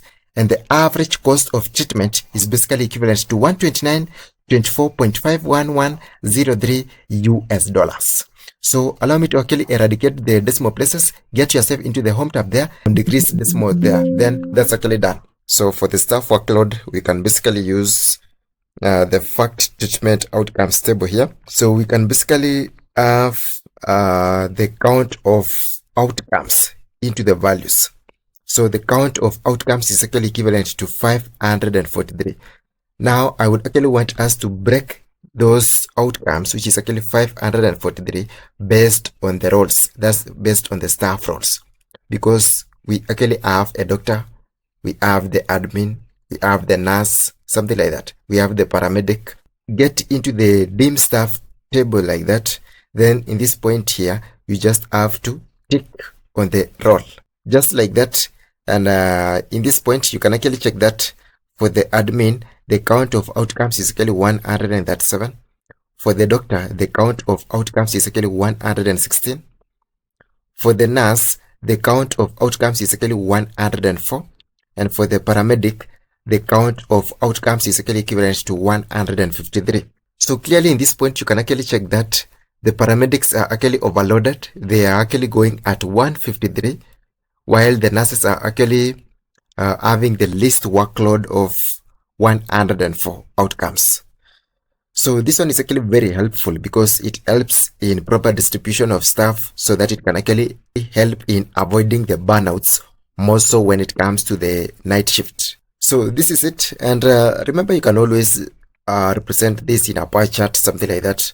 So you click inside the report there, get yourself into the pivot table analyze tab, then tools group, you have the pivot chart there. Then in this point here, allow me to actually hit on a pie chart like that. Then you can just hit on OK. So this is it. And this is a basic pie chart. So we have this one here to be equivalent to the one for the admin. This one here is actually for the doctor. The value is actually 116. This one here is actually for the nurse. The value is actually 104. And this one here is basically for the paramedic. And the value is actually 153. You can actually include the data labels so that it can't actually strain you. Something like that. And it's actually done. So that's all. So this is basically what you call a legend. And this 107, 153, 104, and 116 are what we always do call the data labels. So in this case here, we have basically used the two measures so that you can obtain the average of the females and the males. These were actually the measures. You can check that they are actually checked. So this one is basically the average age of females, and this one is basically the average age of males. So we actually used measures to actually obtain that. It was actually the calculate function so that it can actually allow us to use the aspect of where, because we are basically filtering based on the gender. So calculate function will actually bring in the aspect of filtering. Now in this point, the other quickest way of obtaining this average of age when it comes to gender is basically dragging the gender into the rows, and that's it. And this is basically what you have. Then you also have to drag the age into the values, just like that. Now you actually see that you obtain the sum of age, but in this point we basically want the average of age. So we have to hit on the down arrow there, value field settings. Then on this part we have what you call the average. Hit on average so that you can obtain the average of age. So that will actually be the name up there. So hit on OK. So you can now check that for the females we have 52.95, 35865, and for the males we have 49.792. So click on the three like that, then get yourself to the home tab there. Inside the home tab, you can actually decrease the decimals like that. For the females, we have the average age to be 53. That's basically what we actually had there. So on this point too, for the males, we have the average to be 50, and that's what we basically had there. And the general average is basically equivalent to 51. At this point, I want us to check on the gender and the age analysis. So I can insert a pivot table so that we can actually see. So make sure you actually check on use this workbox data model like that. Now in this point, you can actually check that you have the age and the gender all in this table here, which is actually the dim patients table. So I want us to actually check on the average age of the females. Then we also check on the average age of the males. So what you are going to do is to come to this point here, then right click, because that's basically where I would actually want to add a measure. Then I'll actually hit on add measure there. Then in this point here, I'm actually adding a new measure into the dim patients table, and the measure name is actually the average age of females, just like that. So the average age of females. So for the average age of females, we'll actually use the calculate function and the average function. The calculate function so that it can actually get us the aspect of where. So calculate like that, then you basically open, then we have to indicate that we are obtaining the average, so the average of age. Then in this point, it's actually asking you for the column name. The column name is basically the age, so you just double click on it like that, then you close the average function, then comma, where the gender is actually equivalent to females. So remember, we are obtaining the average age of the females. So calculate the average age where the gender is equivalent to the females. So where the gender is equivalent to the females. Now remember, the gender is actually inside the dim patients table. So type dim patients like that, and you'll actually realize that we have the gender here. So gender is actually a column inside the dim patients table. So you double click on it like that, space equivalent sign, a space, opening double quotation, then female, just like that, and closing double quotation like that. Then you have to close the calculate function. So we are actually obtaining the average of age where the gender, which is basically inside the dim patients table, is equivalent to female. So allow me to actually hit on OK there, and you'll actually check that we have a new measure inserted here, which is actually the average age of females. So for the average age of females, because we are already inside the pivot table there, I can actually drag this into the values, just like that. So the average age of females is basically equivalent to 52.9535865. So remember, you can always clear all those decimals so that you can have it as a whole number. So it's basically 53. So let's also obtain the average age of the males so that you can actually come up with a conclusion. We can't actually come up with a conclusion when we just have one side, which is actually the females. So let's also obtain for the males. So we'll come to this point here. We can insert a pivot table, use this workbook's data model. So hit on OK there. So in this point, we are also going to insert a new measure inside the dim patients table. So right click there, hit on add measure. Then yes, it's actually inside the dim patients table, and the measure name is actually the average AVG age of males. That's it, the average age of males. So we are going to use the calculate function and the average function again. So calculate like that, then you just have to open. So we are going to obtain the average age. So for the age, you just have to double click on this point. So double click on it like that. So we are obtaining the average age where the gender is equivalent to male. So the gender is basically inside the dim patients table. So dim like that. So down here, we basically have the gender here. So you double click on it, space equivalent sign, a space, opening double quotation, male like that, closing double quotation, then you have to close the calculate function. So we are actually obtaining or calculating the average of age where the dim patients, where the gender, which is basically a column inside the dim patients table, is equivalent to male. So this last bracket is actually for closing the calculate function. Very simple. So what you have to do is to hit on OK there. After that, it's actually done. Now go into expanding the dim patients table there, because we basically have an item here, which is actually the average age of males. So you drag it into the values there, and you can actually check that for the average age of males, we have it as 49.792. So clearly, you can actually check that the average age of males is actually lower as compared to the average age for the females. So remove the decimal places there so that we can have it at 50. So remember, these ones are actually 2 reports, but I think we could have just created 1 report. So allow me to actually right click on this. Then I remove the average age of the males. Then in this point here, I'll actually click inside the same report, then expand the dim patients table there. Then we have to drag the average age of males just below the average age of females. And this is what we basically do have.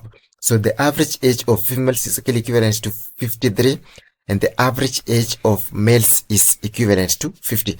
So what does this actually tell us? So we can basically conclude that women coming to the emergency department tend to be older because the average age is actually 53 and the average age of the males is actually 50.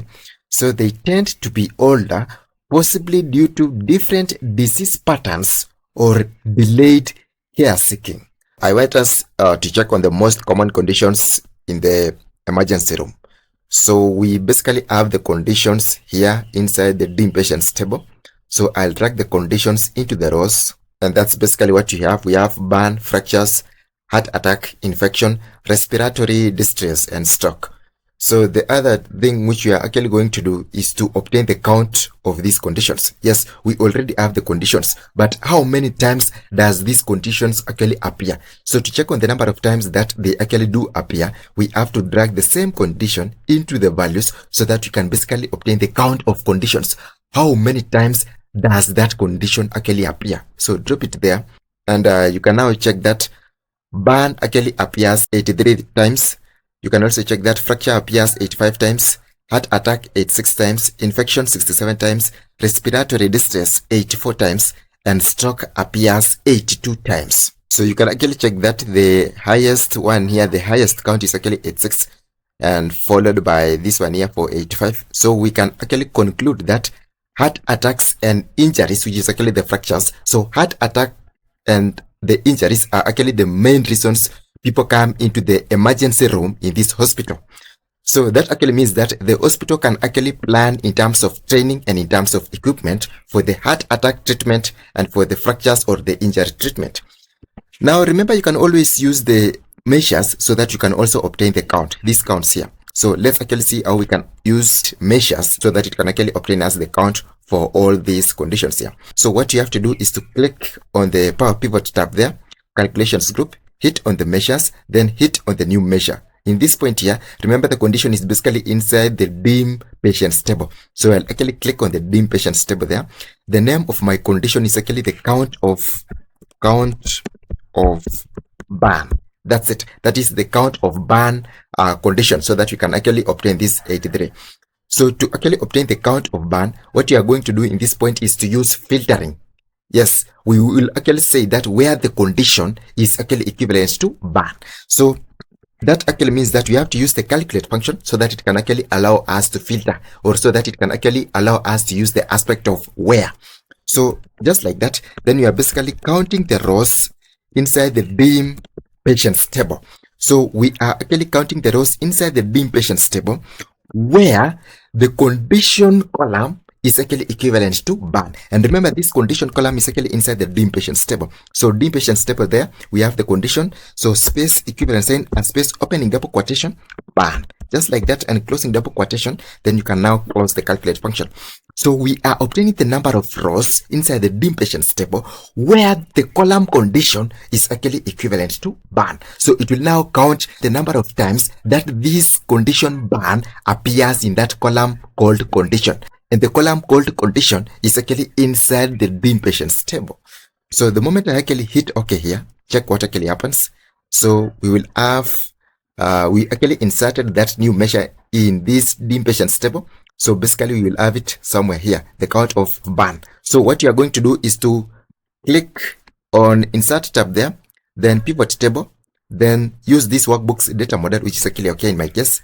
Then we just have to expand the dim patients table there, scroll down, count of burn, drag it into the values. So the count of burn is actually equivalent to 83. We can also check on the count of fractures. So for the count of fractures, we have to insert a new measure again.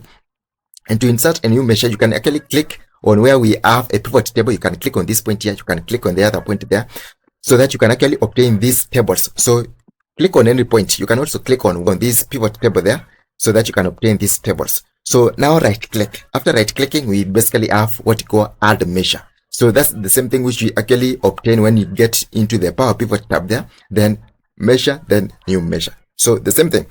So in this point, we are still inside the dim patients table, and the measure name is basically the count of fracture, like that. Then for the formula here, we are going to use the calculate still so that you can filter.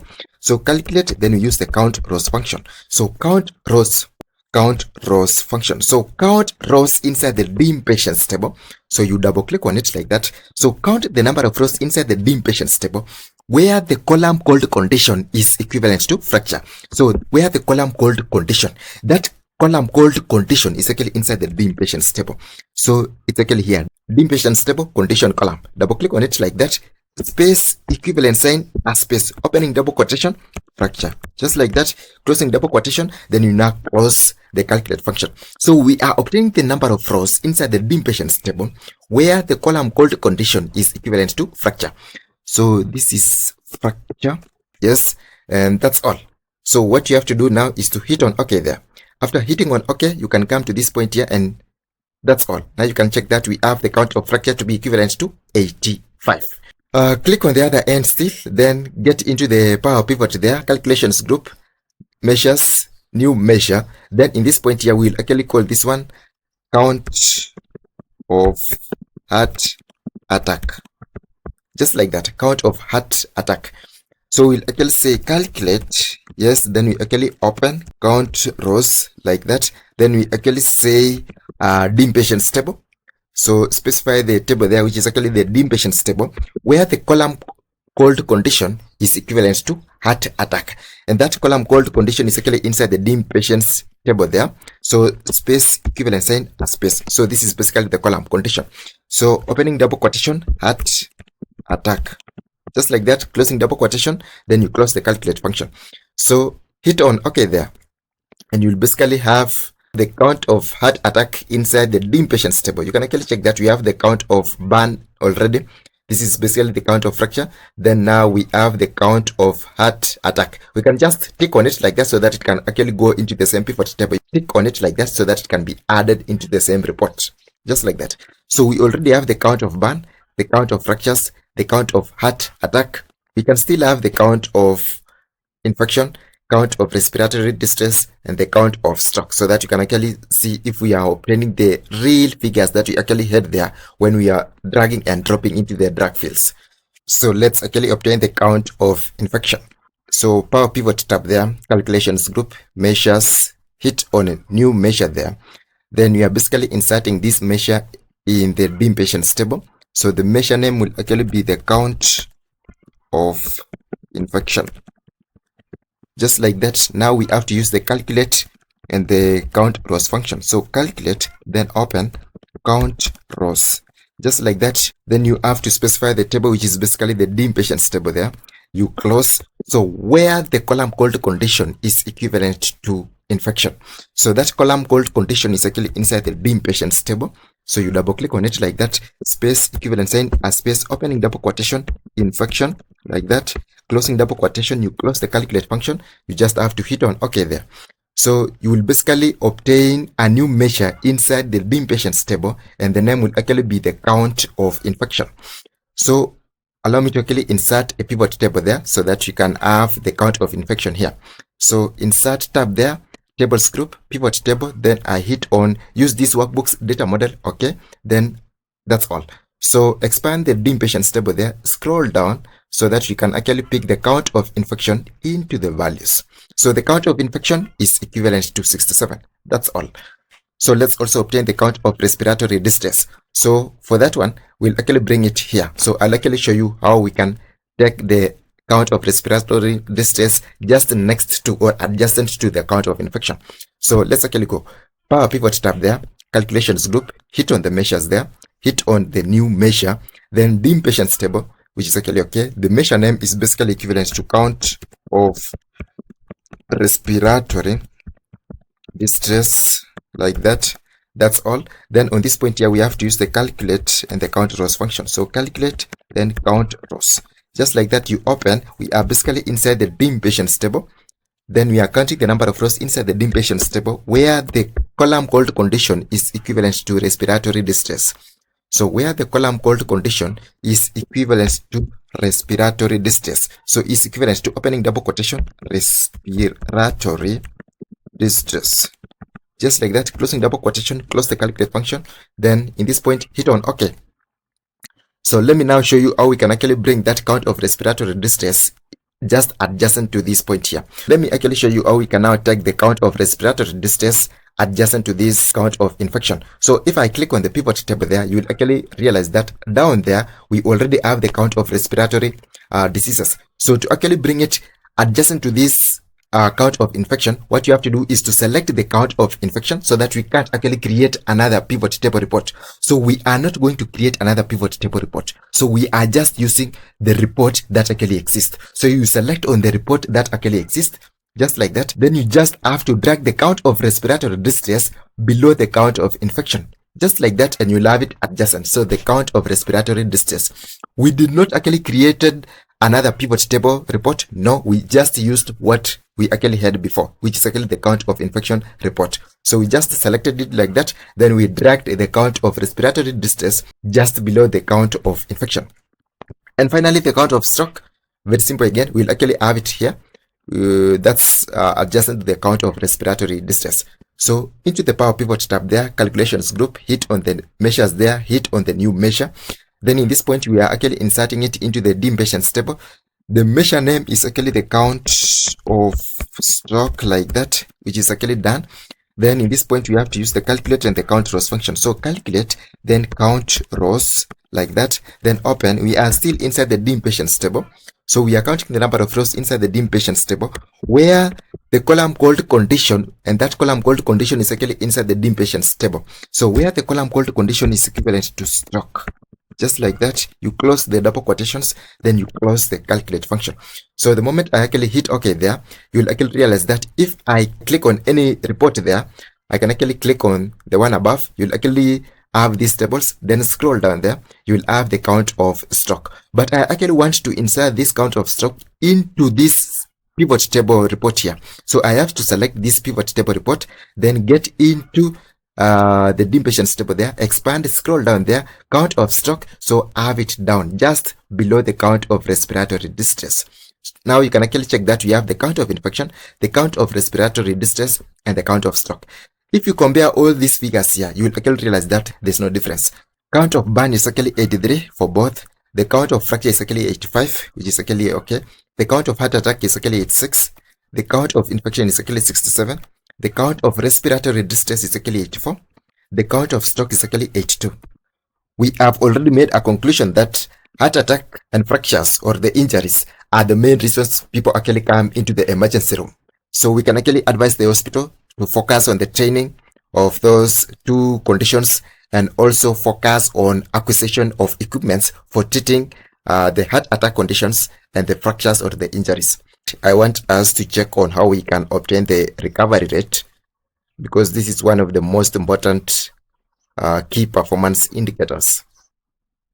So in this point, we are actually going to count the number of recovered patients divided by the total count of outcomes. Remember, recovered is actually inside the outcomes. It's actually inside this point here. So if I can actually drag the outcome into the rows, you will actually realize that we have deceased, improved, recovered, and stable. So for us to actually obtain the count of patients who actually recovered, it actually means that we have to drag the outcome again into the values so that we can basically obtain the count. So the number of deceased patients is actually 27. The number of patients who actually improved is 122. The number of patients who actually recovered is 312. It's actually a good number.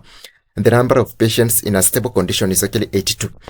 So we can basically obtain the percentage or convert this as a percentage of the grand total. That is, as a percentage of grand total, it will be 27 divided by grand total, which is 543 times 100%.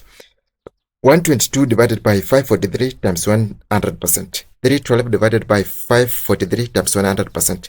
82 divided by 543 times 100%. So to actually do that in pivot tables, we just have to come to this point here, hit on this down arrow there. We have what you call value field settings, then show value as. So we are basically showing value as percentage of the grand total. That is 27 divided by 543 times 100%. So it will be percentage of the grand total. So the number of patients in this hospital who are actually deceased represents 4.97%. So allow me to actually have this one as wall numbers. So inside the home tab there, I'm going to cut or chop off all those decimal places. So for the deceased, it actually represents 5%, improved 22%, recovered 57%, and in the ones in stable condition is actually equivalent to 15%. So the total actually sum up to 100%. So what can you actually conclude in this point here? So we can actually give the top remarks to the emergency department because you can actually check that the number of patients who actually recovered is above average. That is, it's actually above 50%. So it's actually 57%. And the number of patients who actually improved to is actually 22%.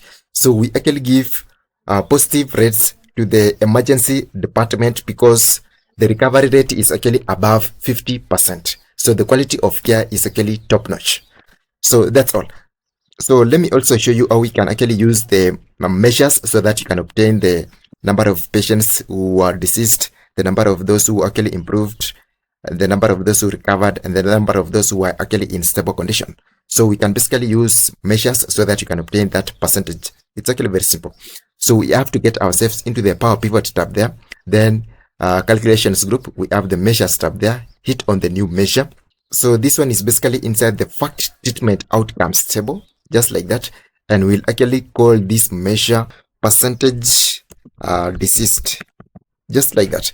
So in this point, we'll actually use the calculate function. We will also use the divide function, and we will also use the count rows function. Calculate function so that it can actually get us the impact of filtering. That's the impact of where. Then count rows function so that you can actually count the total number of rows inside that fact treatment outcomes table. And divide so that you can actually say the outcomes for recovery divided by the total outcomes, that is divided by the total number of rows inside that fact treatment outcomes table. So let's actually see. So in this point, we'll first introduce the divide function like that, then open, then we now bring in the calculate function. So calculate like that, then we also bring in the count rows function, just like that. So we are basically counting the number of rows inside the fact treatment outcomes table, just like that, and I actually close. So in this point, this divide will actually divide the number of patients who recovered by the total number of patients that we have. So it will actually get as the rate. Then we actually convert that divided value into a percentage so that we can actually obtain the recovery rate. So this calculate actually brings in the aspect of where. That is, it actually brings in the filtering feature. And this count rows actually counts the total number of rows inside the table. So we are basically counting the total number of rows inside the fact treatment outcomes table, where, so that where is now brought in by the use of calculate function. So where the outcome is basically equivalent to recovered. So that outcome is basically inside the fact treatment outcomes table. So where the outcome, which is basically inside the fact treatment outcomes table, so scroll down there to where we have the fact treatment outcomes table. So where the outcome, which is basically inside the fact treatment outcomes table, is equivalent to recovered. So opening double quotation, recovered. Just like that, closing double quotation. Then after we have now counted the number of rows containing the outcome to be equivalent to recovered, we have to say that count divided by the total count of outcomes. So we first have to close the calculate function there. That bracket is actually for the calculate function. Then comma. So in this point now, you can actually check that we are being asked for the denominator. So the whole of this part is actually the numerator. Now we are being asked for the denominator. So when it actually comes to the denominator, we will actually say divided by the total count of outcomes. So remember, this one is actually obtaining us the total number of patients who actually recovered. Now divided by the total number of outcomes. So for the total number of outcomes, we have to use the count rows. So count rows function like that. Then we actually open. Then this is basically the fact treatment outcomes table. So double click on it like that. Then the next thing is for us to actually have a comma. Then we specify the alternative result. So in that case, we can give a 0. Then we just have to close the divide function. So after hitting on OK, look what we'll basically do have. So we'll basically have down there inside the fact treatment outcomes table, we have what you call percentage of deceased. So allow me to come to this point here. Then we can insert a pivot table like that. Use this workbook's data model like that. Then fact treatment outcomes table there, percentage of deceased into the values, just like that. And you can actually check that we have 0.573529412. There's actually a problem there. So what you have to do is to get ourselves into where we have that measure, right click, so that you can actually edit the measure. We actually said recovered instead of deceased. So remember, it was actually the percentage of deceased. So deceased like that. So the moment I actually hit OK there, we should actually get something very close to 5%. So 2353. So basically that's it. So allow me to actually get back into the measure again so that I can explain for you for the second time. So in this point here, we are basically trying to obtain the percentage of the patients who are actually deceased. And to actually come up with the filtering, yes, because we will actually be saying in this point here that we are counting the total number of outcomes where the outcome column is basically equivalent to deceased. So to actually obtain that filtering, then we have to use the calculate function. And to obtain the total number of rows, then we basically have to use the count rows function. So divide, calculate, and count rows function. So we are actually counting the total number of rows in the fact treatment outcomes table where the outcome is equivalent to deceased. That's it. So this is basically what will be in our numerator. So whatever will be our numerator is the count of the outcomes equivalent to deceased. Then you have to close the calculate function because we are now done with the filtering. So remember, we have actually said we are counting the total number of rows in the fact treatment outcomes table where the outcome is equivalent to deceased. That's where the calculate function actually comes in, the aspect of where the outcome is equivalent to deceased. So that's where the work of the calculate function actually comes in, and it actually ends in this point here. That's why we are actually closing the calculate function, then comma. So this is now where we have our denominator. So our denominator will actually be divided by the total number of outcomes, and the total number of outcomes is basically equivalent to counting the total number of rows inside the fact treatment outcomes table. So to count the total number of rows inside the fact treatment outcomes table, we have to use the count rows function. So count rows function, fact treatment outcomes table, then you close the count rows function there, then alternate result to be equivalent to a 0. Then that last bracket there is basically for the divide function there. So that's all. So the moment you actually hit on OK there, you will obtain the result to be 0.049632353. Remember that one, when converted to percentage, will actually get you something very close to 5%. That's all. That's basically what we had there. So let's now focus for the one in recovery. So let's now focus on the one for the recovered patients. So for the recovered patients, it's actually the same thing still. So power pivot there, that's the power pivot tab, calculations group, hit on the measures, then hit on a new measure there. We are actually inserting this measure in the fact treatment outcomes table. Then the measure name is basically recovery rate. So recovery, you can say recovery rate or percentage of recovery, there's no problem there. So we are still using the divide function, the calculate function, and the count rows function. So let's actually go together. So it's equivalent to divide like that because we will actually be obtaining the total number of recoveries divided by the total number of outcomes. So calculate again so that it can actually bring us the filtering feature. Then in this point here, we'll also introduce the count rows function, just like that. So we are counting the rows in the fact treatment outcomes table because that's basically where we have the outcomes. So fact treatment outcomes table like that, double click so that you can actually have the table there. Then you close the count rows function. So we are basically obtaining the number of rows in the fact treatment outcomes table where that actually means that we are now engaging the calculate function. So where the column outcome is equivalent to recovered, and that column outcome is actually inside the fact treatment outcomes table. So fact treatment outcomes table, we have the column of outcome. So fact treatment outcomes table here, we have the column for outcome there. So where that column for outcome is equivalent to a recovered. So double quotations, recovered like that, closing double quotations there again. So in this point now, we are done with the filtering. So you have to close the calculate function because its work actually ends there. Now, comma. Now you can actually check that the divide function is actually popping up because we have actually closed the calculate function and we are now done with the count rows function again. So in this point, we are supposed to specify the denominator. So the denominator is, now we have obtained the total number of recoveries.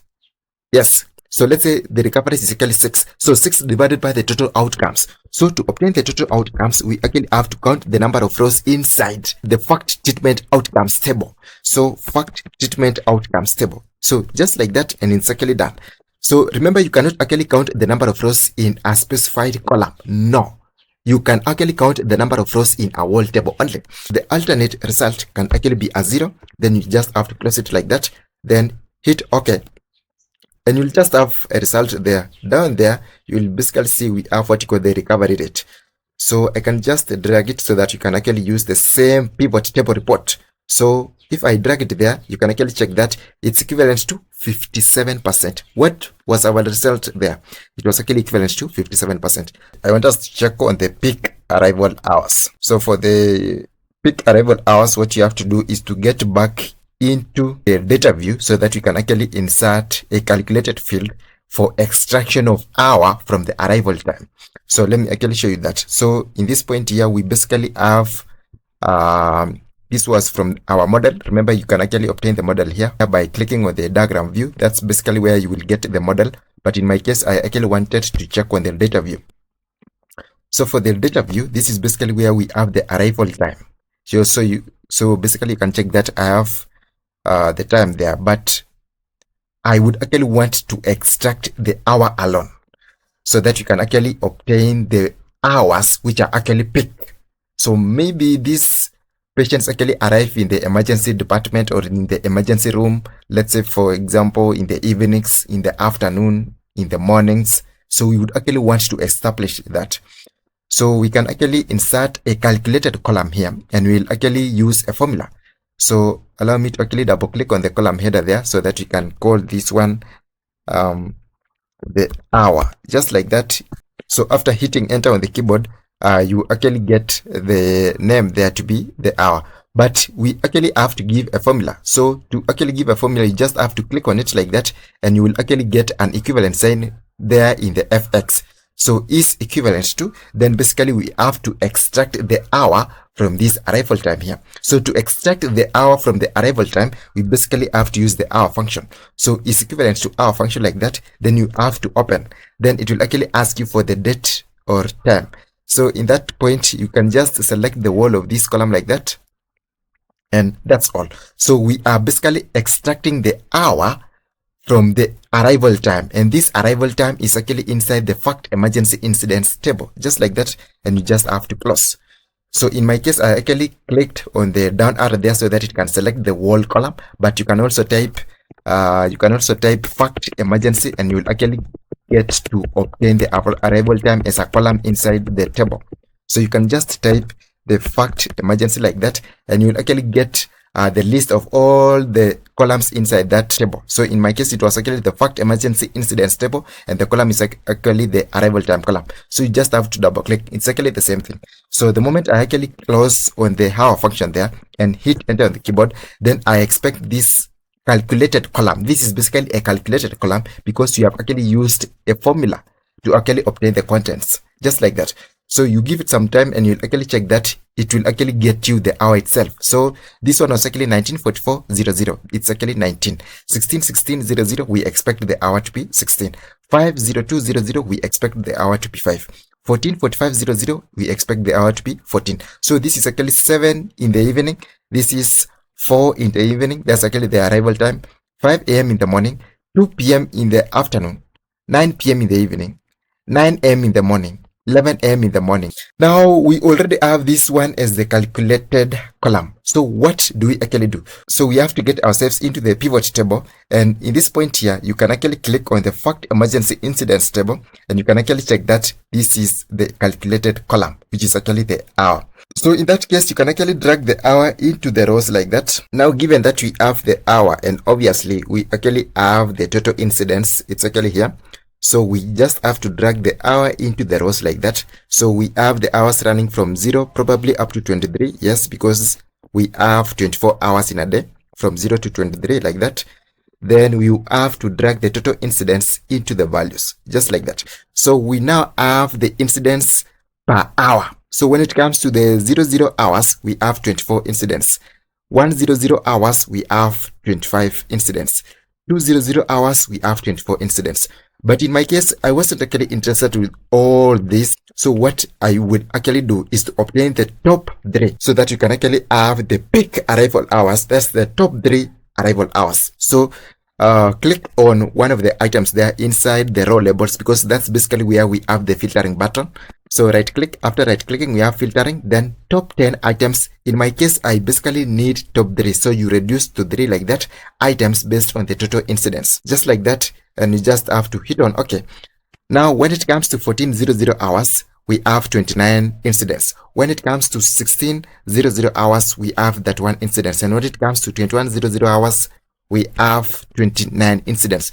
So basically you can check that the most busiest hour in this hospital is actually 1600 hours, because you basically have that one incident, and 1400 hours and 2100 hours are also quite busy because we have 29 incidents in each. So we can actually have a recommendation in this hospital that, so we can actually check that the evening hours are actually the most busiest. That's from the afternoon. Actually, we can say the afternoon and the evening hours are actually the busiest. So what can we actually recommend? We can actually recommend proper staffing for the busiest periods. So we have to identify the less busiest hours so that we can actually take some of the staff there and schedule them here.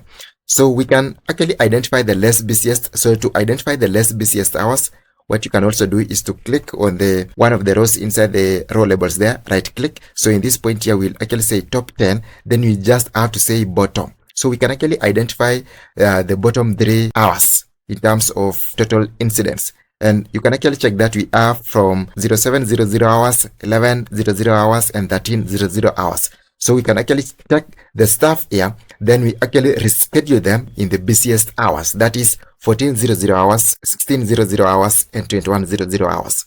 I want us to check on the healthcare emergency dashboard. We will actually be checking on the average age by gender. Then we also check on the recovery rate by severity level, the count of outcomes by outcomes. Number 4 will be the count of severity levels. Number 5 will be the count of severity level by condition. Number 6 will actually be the staff workload. Number 7 will be the top 3 peak arrival hours. Number 8 will be the average of experience in years by staff role. And finally, that is number 9, the average cost of treating a patient. So the first one will be the average age by gender. So what you'll actually do is to insert a pivot table report there, then use this workbook's data model like that, which is actually okay.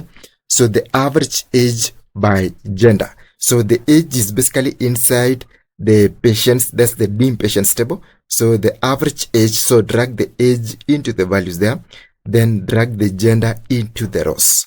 So that's it. Now down here, you have to convert this sum to be average. So you click on the down arrow there, value field settings, hit on the average, then average of age, hit on OK. So in this point here, we are actually getting, for the females, we are 52.95. For the males, we basically are 49.79. So let's actually convert this as whole numbers. So home tab there, number group, then decrease the decimal places like that. So the average age for the females is basically equivalent to 53. And the average age for the males is basically equivalent to 50. So we can actually represent this by using a column chart. So we have to insert a column chart. So insert like that, then pivot chart there. Then on this point, a column chart like that, that's actually done. Then we just have to hit on OK. So allow me to have this one on number 10 there. And that's it. So this is basically what we have. Now let's actually go to the second one again. So the second one was basically the recovery rate by severity level. So remember, we have actually seen how to obtain the recovery rate and how to obtain the severity distributions. So what you are actually doing in this point is dragging and dropping directly. So there's nothing much to be explained here. So the recovery rate by severity level. So what you have to do is to insert another pivot table. So we can insert on this point here on B. So first of all, allow me to actually drag this up. So let's also insert on this D1 like that. So insert there. Then on this point here, we have to hit on the pivot chart. Then use this workbook's data model, which is actually okay. That's done. The recovery rate by severity level. So recovery rate is actually inside the fact treatment outcomes table there. So drag that recovery rate into the values like that. That's actually done. Then the next item is to actually drag the severity levels. Severity levels is actually inside the deemed patients table there. So drag that into the rows. And basically this is actually what we get. So for the severity levels, we have critical, high, low, and medium. And these ones are basically the recovery rates. So I can select all of them like that, get myself into the home tab there. On this point, we just have to hit on the percentage there. Then that's all. So we have for critical severity distribution, for critical severity level, we have at 61%. For high severity level, 63%. Low severity level 56%, medium severity level we have it at 50%. So we can basically use a pie chart for that. So what you have to do is to click inside that report there, get yourself into the pivot table analyze tab. Then in that point you have the tools group pivot chart there. Then in that case too, we have to pick on the pie chart, then hit on OK there. So that's all, and you now have a pie chart here. So I want us to reduce this one a bit like that. On this case too, we can actually reduce this. So I'll actually click on that. Then first of all, allow me to actually hide the field list. So hide the field list first so that I can drag it like that. Small adjustment still like that. And drag it upwards like that again. That's okay. In this case, have it on this point like that. Then drag it upwards. It's actually done. Allow me to actually expand this a bit like that, and expand this a bit again. That's done. So that's all for recovery rate by severity level. Now our third one is basically the count of outcomes by outcomes.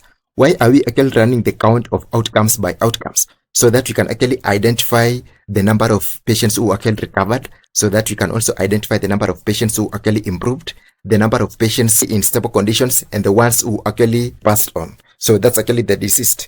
So to actually obtain that, we have to drag the outcomes into the rows and drag the outcomes again into the value so that we can actually obtain the count of the outcomes. On G1 there, insert a pivot table, then use this workbook's data model, which is actually okay there. So in this table here, which is actually for the fact treatment outcomes, this is basically where we have our outcome. So this is it. So you have to drag it into the rows like that. Now you can actually check that I do have the outcomes already, but I do not actually know the number of patients who actually improved, who actually recovered, who are actually in stable conditions, and the ones who actually passed away. So to actually obtain the count, you have to drag the same outcome into the values, just like that. Now you can actually check that the number of patients who actually passed on is actually equivalent to 27. The number of patients who actually improved, 122. The number of patients who actually recovered, 312. And the number of patients in stable condition is actually equivalent to 82. That's all. So you can actually remove this grand total here. So you just have to click inside the pivot table report. Then inside the design tab, we basically have what you call the grand totals. Then you have to turn off. So off for rows and columns. On this point, you can also turn it off. So you click inside the report like that, then design tab. Then in this point, layout, hit on the grand totals, off for the rows and the columns. That's it. Now allow me to actually have a visualization here. It will actually be a bar chart. So what you'll have to do is to get ourselves into the insert tab there. Then in this point, we have the pivot chart. You click on it like that. Then in that case too, we have to hit, we can say a line chart, which is actually okay there. Then that's all, and hit on OK there. And that's it. So drag it to that point there. So first of all, you just have to hide the field list. So drag it like that. Now you have to resize. So go to the right there, reduce this like that. Then go down again, reduce this, drag it up there, and that's it. So I think that's okay. You can as well reduce this one. This one is actually too long. So reduce it like that, and I think that's actually okay in that point. Now let's also go into the item number 4, which is basically the distribution of severity levels. So for the distribution of severity levels, we have to insert another report. So insert tab there, tables group, then pivot table there, then use this workbook's data model. So we are actually inserting a pivot table there because it's actually a different report. So in this point, severity level is actually inside the impatients table. So we have to drag the severity level into the rows like that. Then basically we have to obtain the count of the severity level so that we can actually understand how many times do we actually have critical, how many times do we actually have high, how many times do we actually have low, and how many times do we actually have the medium. In short, how many patients coming here have critical severity level, how many patients coming here have high severity level, how many patients coming here have low severity level, and finally, how many patients here have medium severity level. Just like that, it's actually done. So click inside the report there, then design tab. Then on this point here, we have the grand totals off for the rows and the columns. Just like that. And now you can actually check that we have 101 for the critical severity level, 131 for the high severity level, 126 for the low severity level, and finally 129 for the medium severity level. I'm actually running because this is what I actually explained to you earlier on. So I hope you actually have a deeper understanding of this. So scroll down there. So in this case here, we will basically use a bar chart. So I'll actually click inside the report. Then in this point here, we have the pivot table analyze tab. Then you have to click on the pivot chart, which is basically inside the tools group there. Remember, you can also come to this point here for the insert tab. Then inside the insert tab, charts group, then you hit on the pivot chart. It's actually the same thing. So you click on it like that. Then you have to select a bar chart. So remember, there's actually a difference between a column chart and a bar chart. So I click on the bar chart like that. Now you can actually check that the columns are arranged horizontally. So they are not the columns at this point now. They are the bars. Just like that. And you have to hit on OK there. So allow me to actually scroll down like that. Then I have this one sitting down here. So scroll down again. So that's it. Now I want us to reduce the size. We can have it there. Then we also reduce the length there. That's all. So this is basically the severity distribution. So the next item will basically be the distribution of severity level by condition. So you actually realized that we actually had different conditions. We actually had the heart attack, we had the fractures, we had the burns. So we actually had different conditions. And now I want us to break down the severity level based on these conditions. That is, for those people who actually had heart attack, how many of them were actually in a critical condition? How many of them had their severity level to be high again? How many of them had their severity level to be low? And finally, how many of them had their severity level to be medium? So breaking down the severity level by conditions. So this is basically a pivot table there. So what you have to do is to come to this point here. That's the impatience table, because that's basically where we have our condition and severity level. So we will basically drag our condition into the rows like that. And now you can actually check that we have our conditions: burn, fracture, heart attack, infection, respiratory distress, and stroke. Now the second thing is to actually drag the severity level into the values, just like that. And now you can actually check that we have 81, 85, 86, we have 67, we have 84, we also have 81. So in this point, allow me to actually come to this point here for the design tab, then grand totals, then off for rows and columns like that, so that you can actually remove the grand totals there.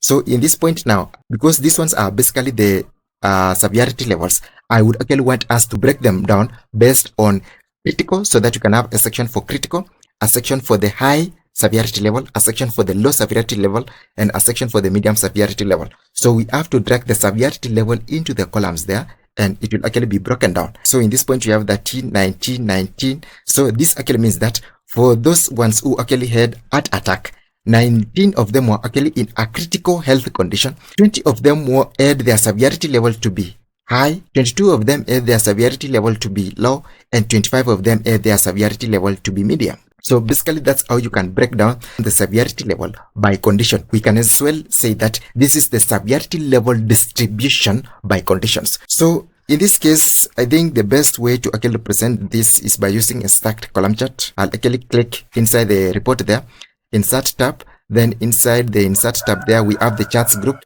pivot chart there. Then we can basically use, this one is actually clustered column chart. Let's consider using a stacked column chart. So for a stacked column chart, I'll actually click on this like that. And this is basically a stacked column chart. So you can actually pick one. So in my case, I think this one is actually good. And I just have to hit on OK there. That's all. So we have this kind of a thing. And now we have to drag it down here. So drag it like that. Drag again. So go down there. And now we have it in this part. Drag it up there like that. And that's it. Now reduce the length. So we have burn, fracture, heart attack, infection, respiratory distress, and stroke. Now on this part, I would also want us to check on the staff workload. So for the staff workload, what we are actually going to do, allow me first to come to this point here. So this is basically where we'll be having our report.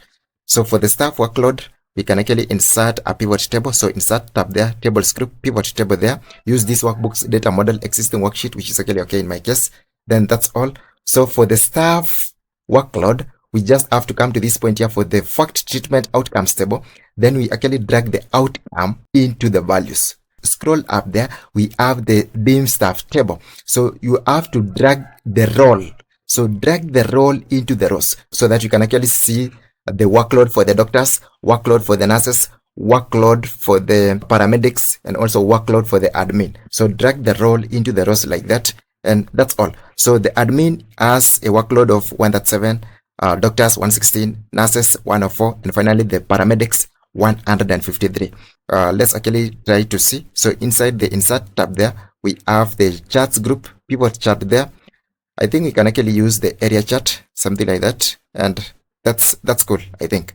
So just hit on OK here.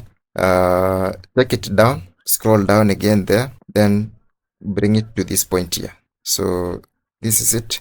And first of all, you have to hide the field list.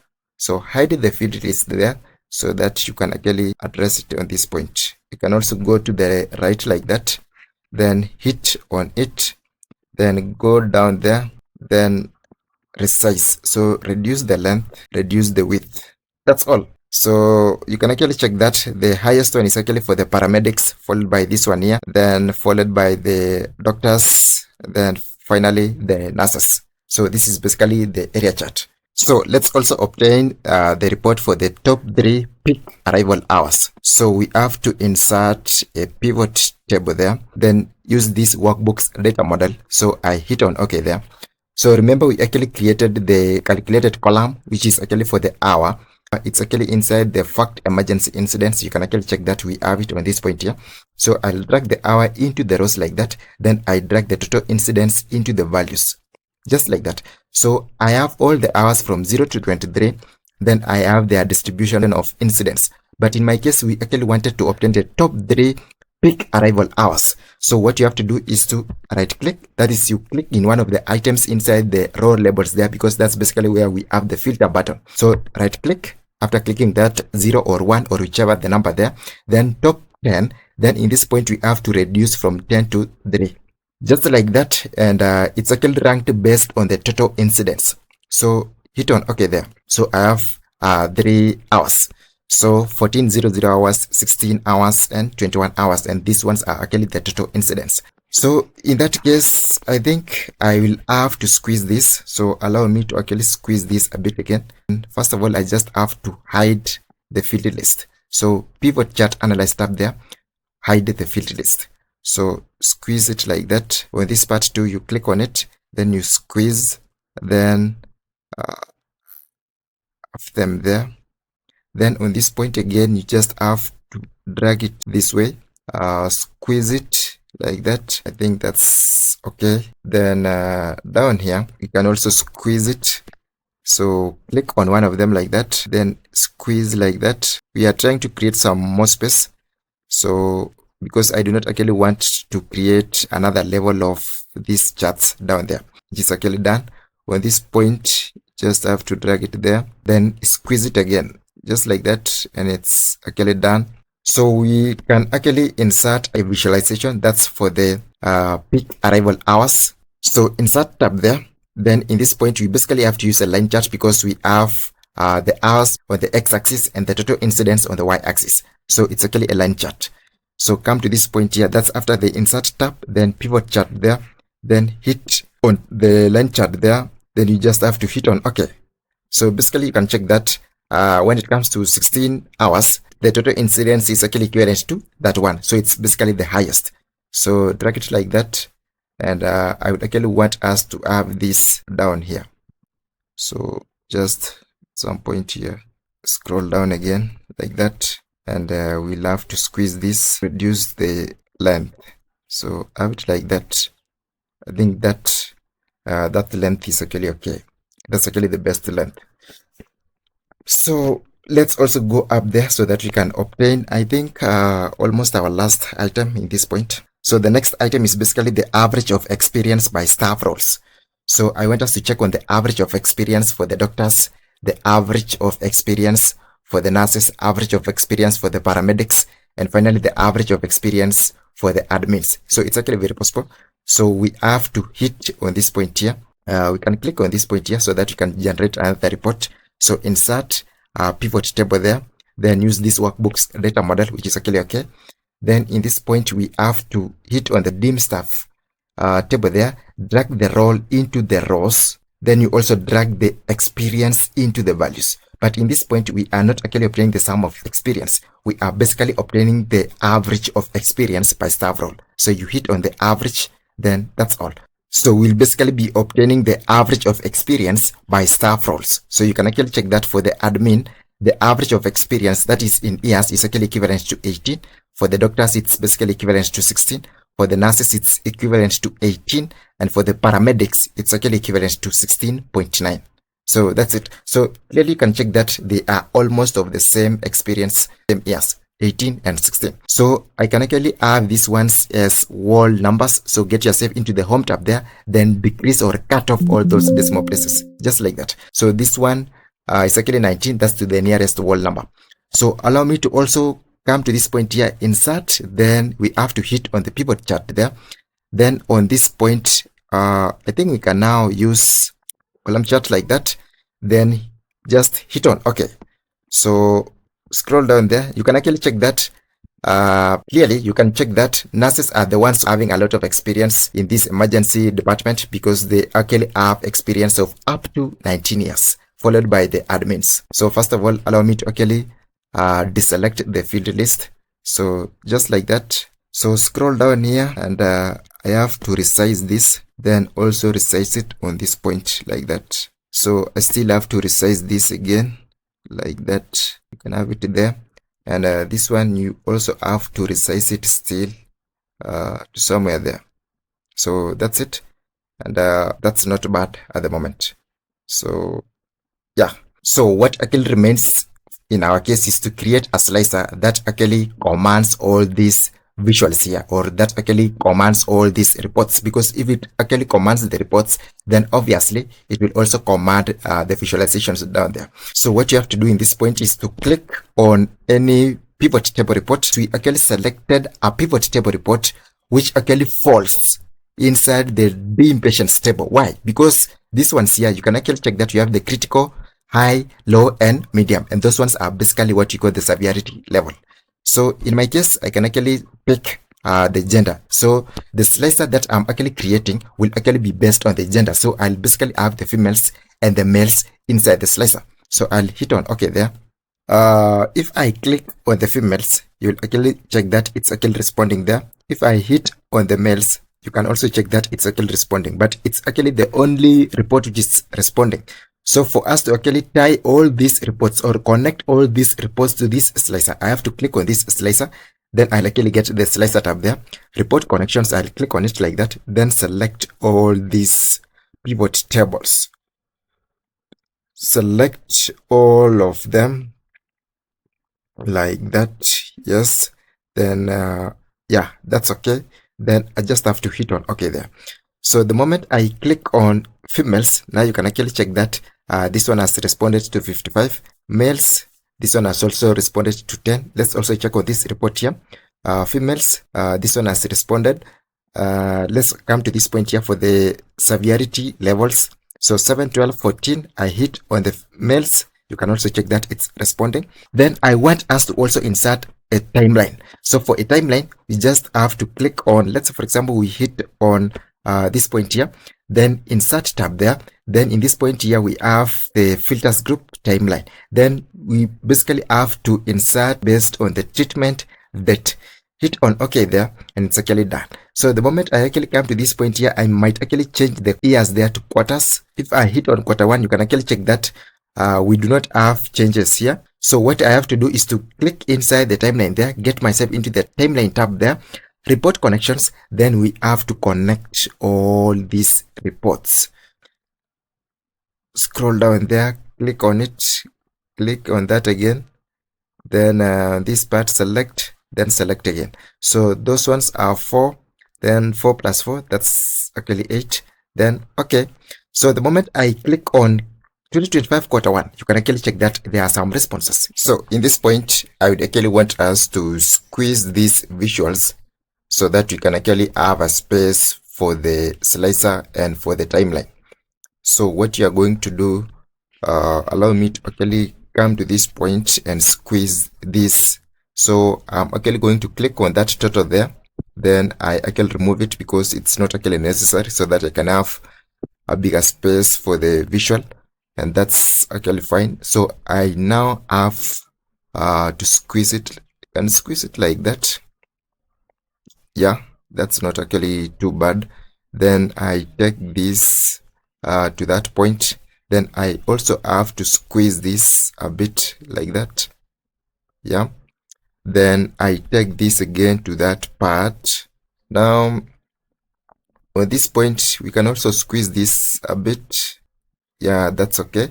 Now, drag this like that. Drag this again. Then finally, you can drag this like that. So that's all.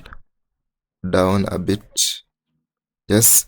Then to the right. Now, I want us to have this slicer on this region like that. Then I'll take the timeline to the far left. Yes, something like that. It's actually done.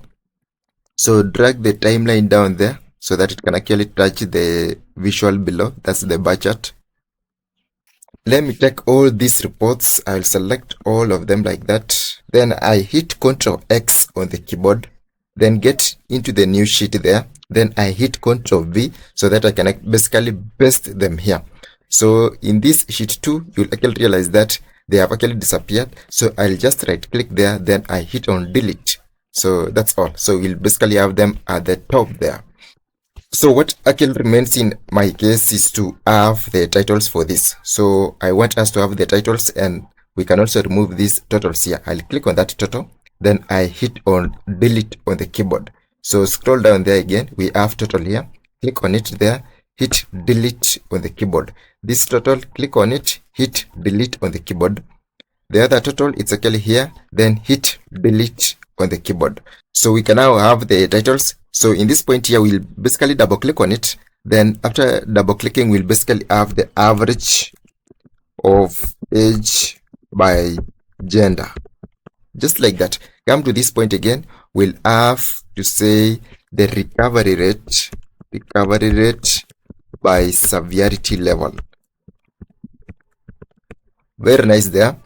On this point, we will also say the count of outcomes by outcomes.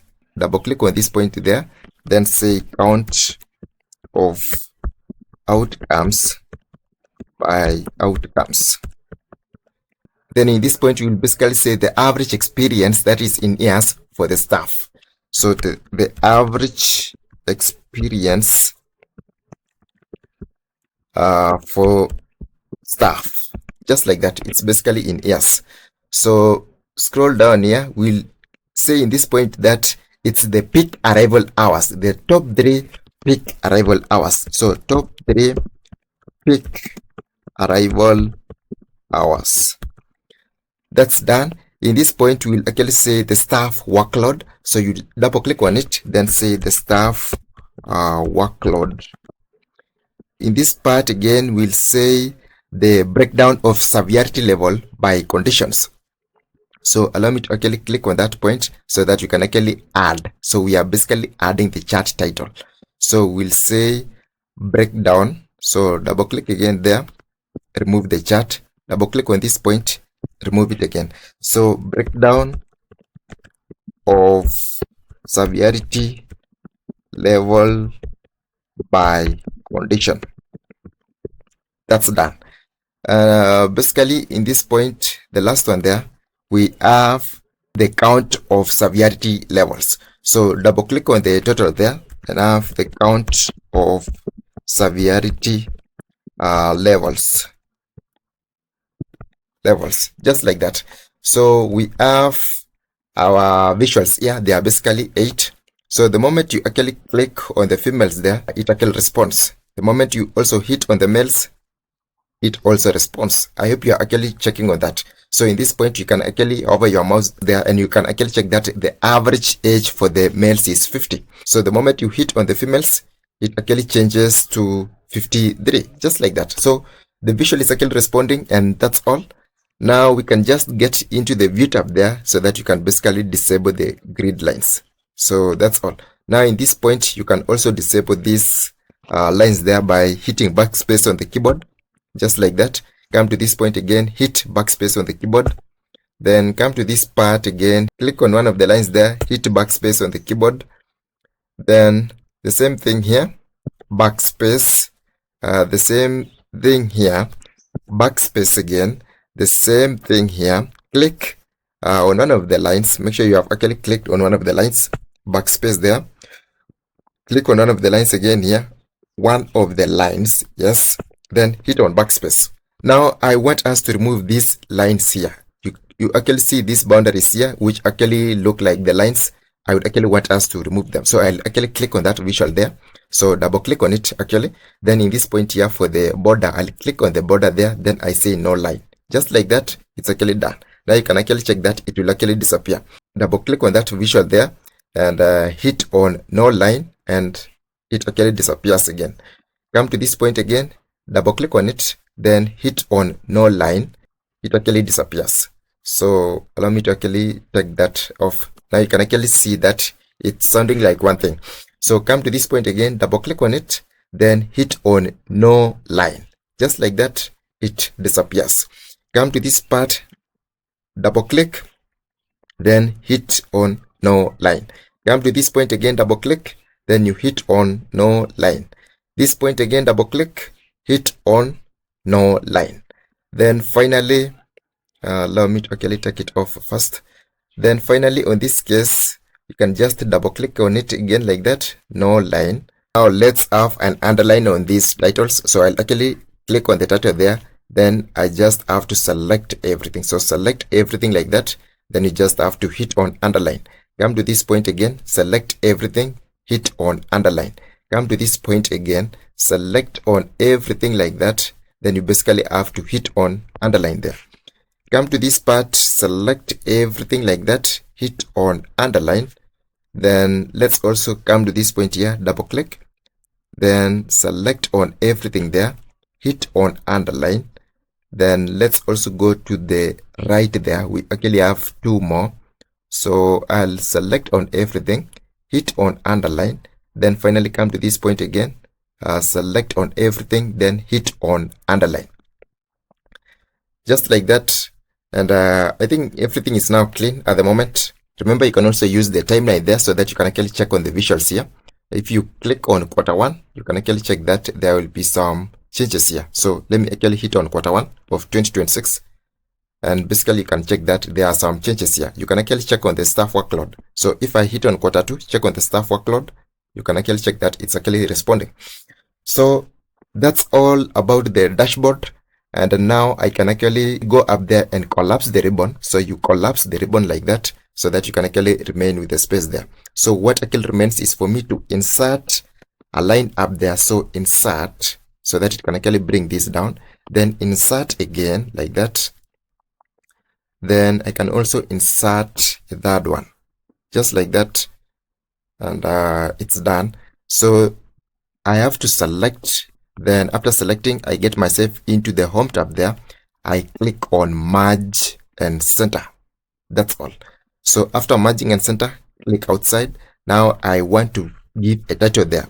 That's the healthcare emergency project.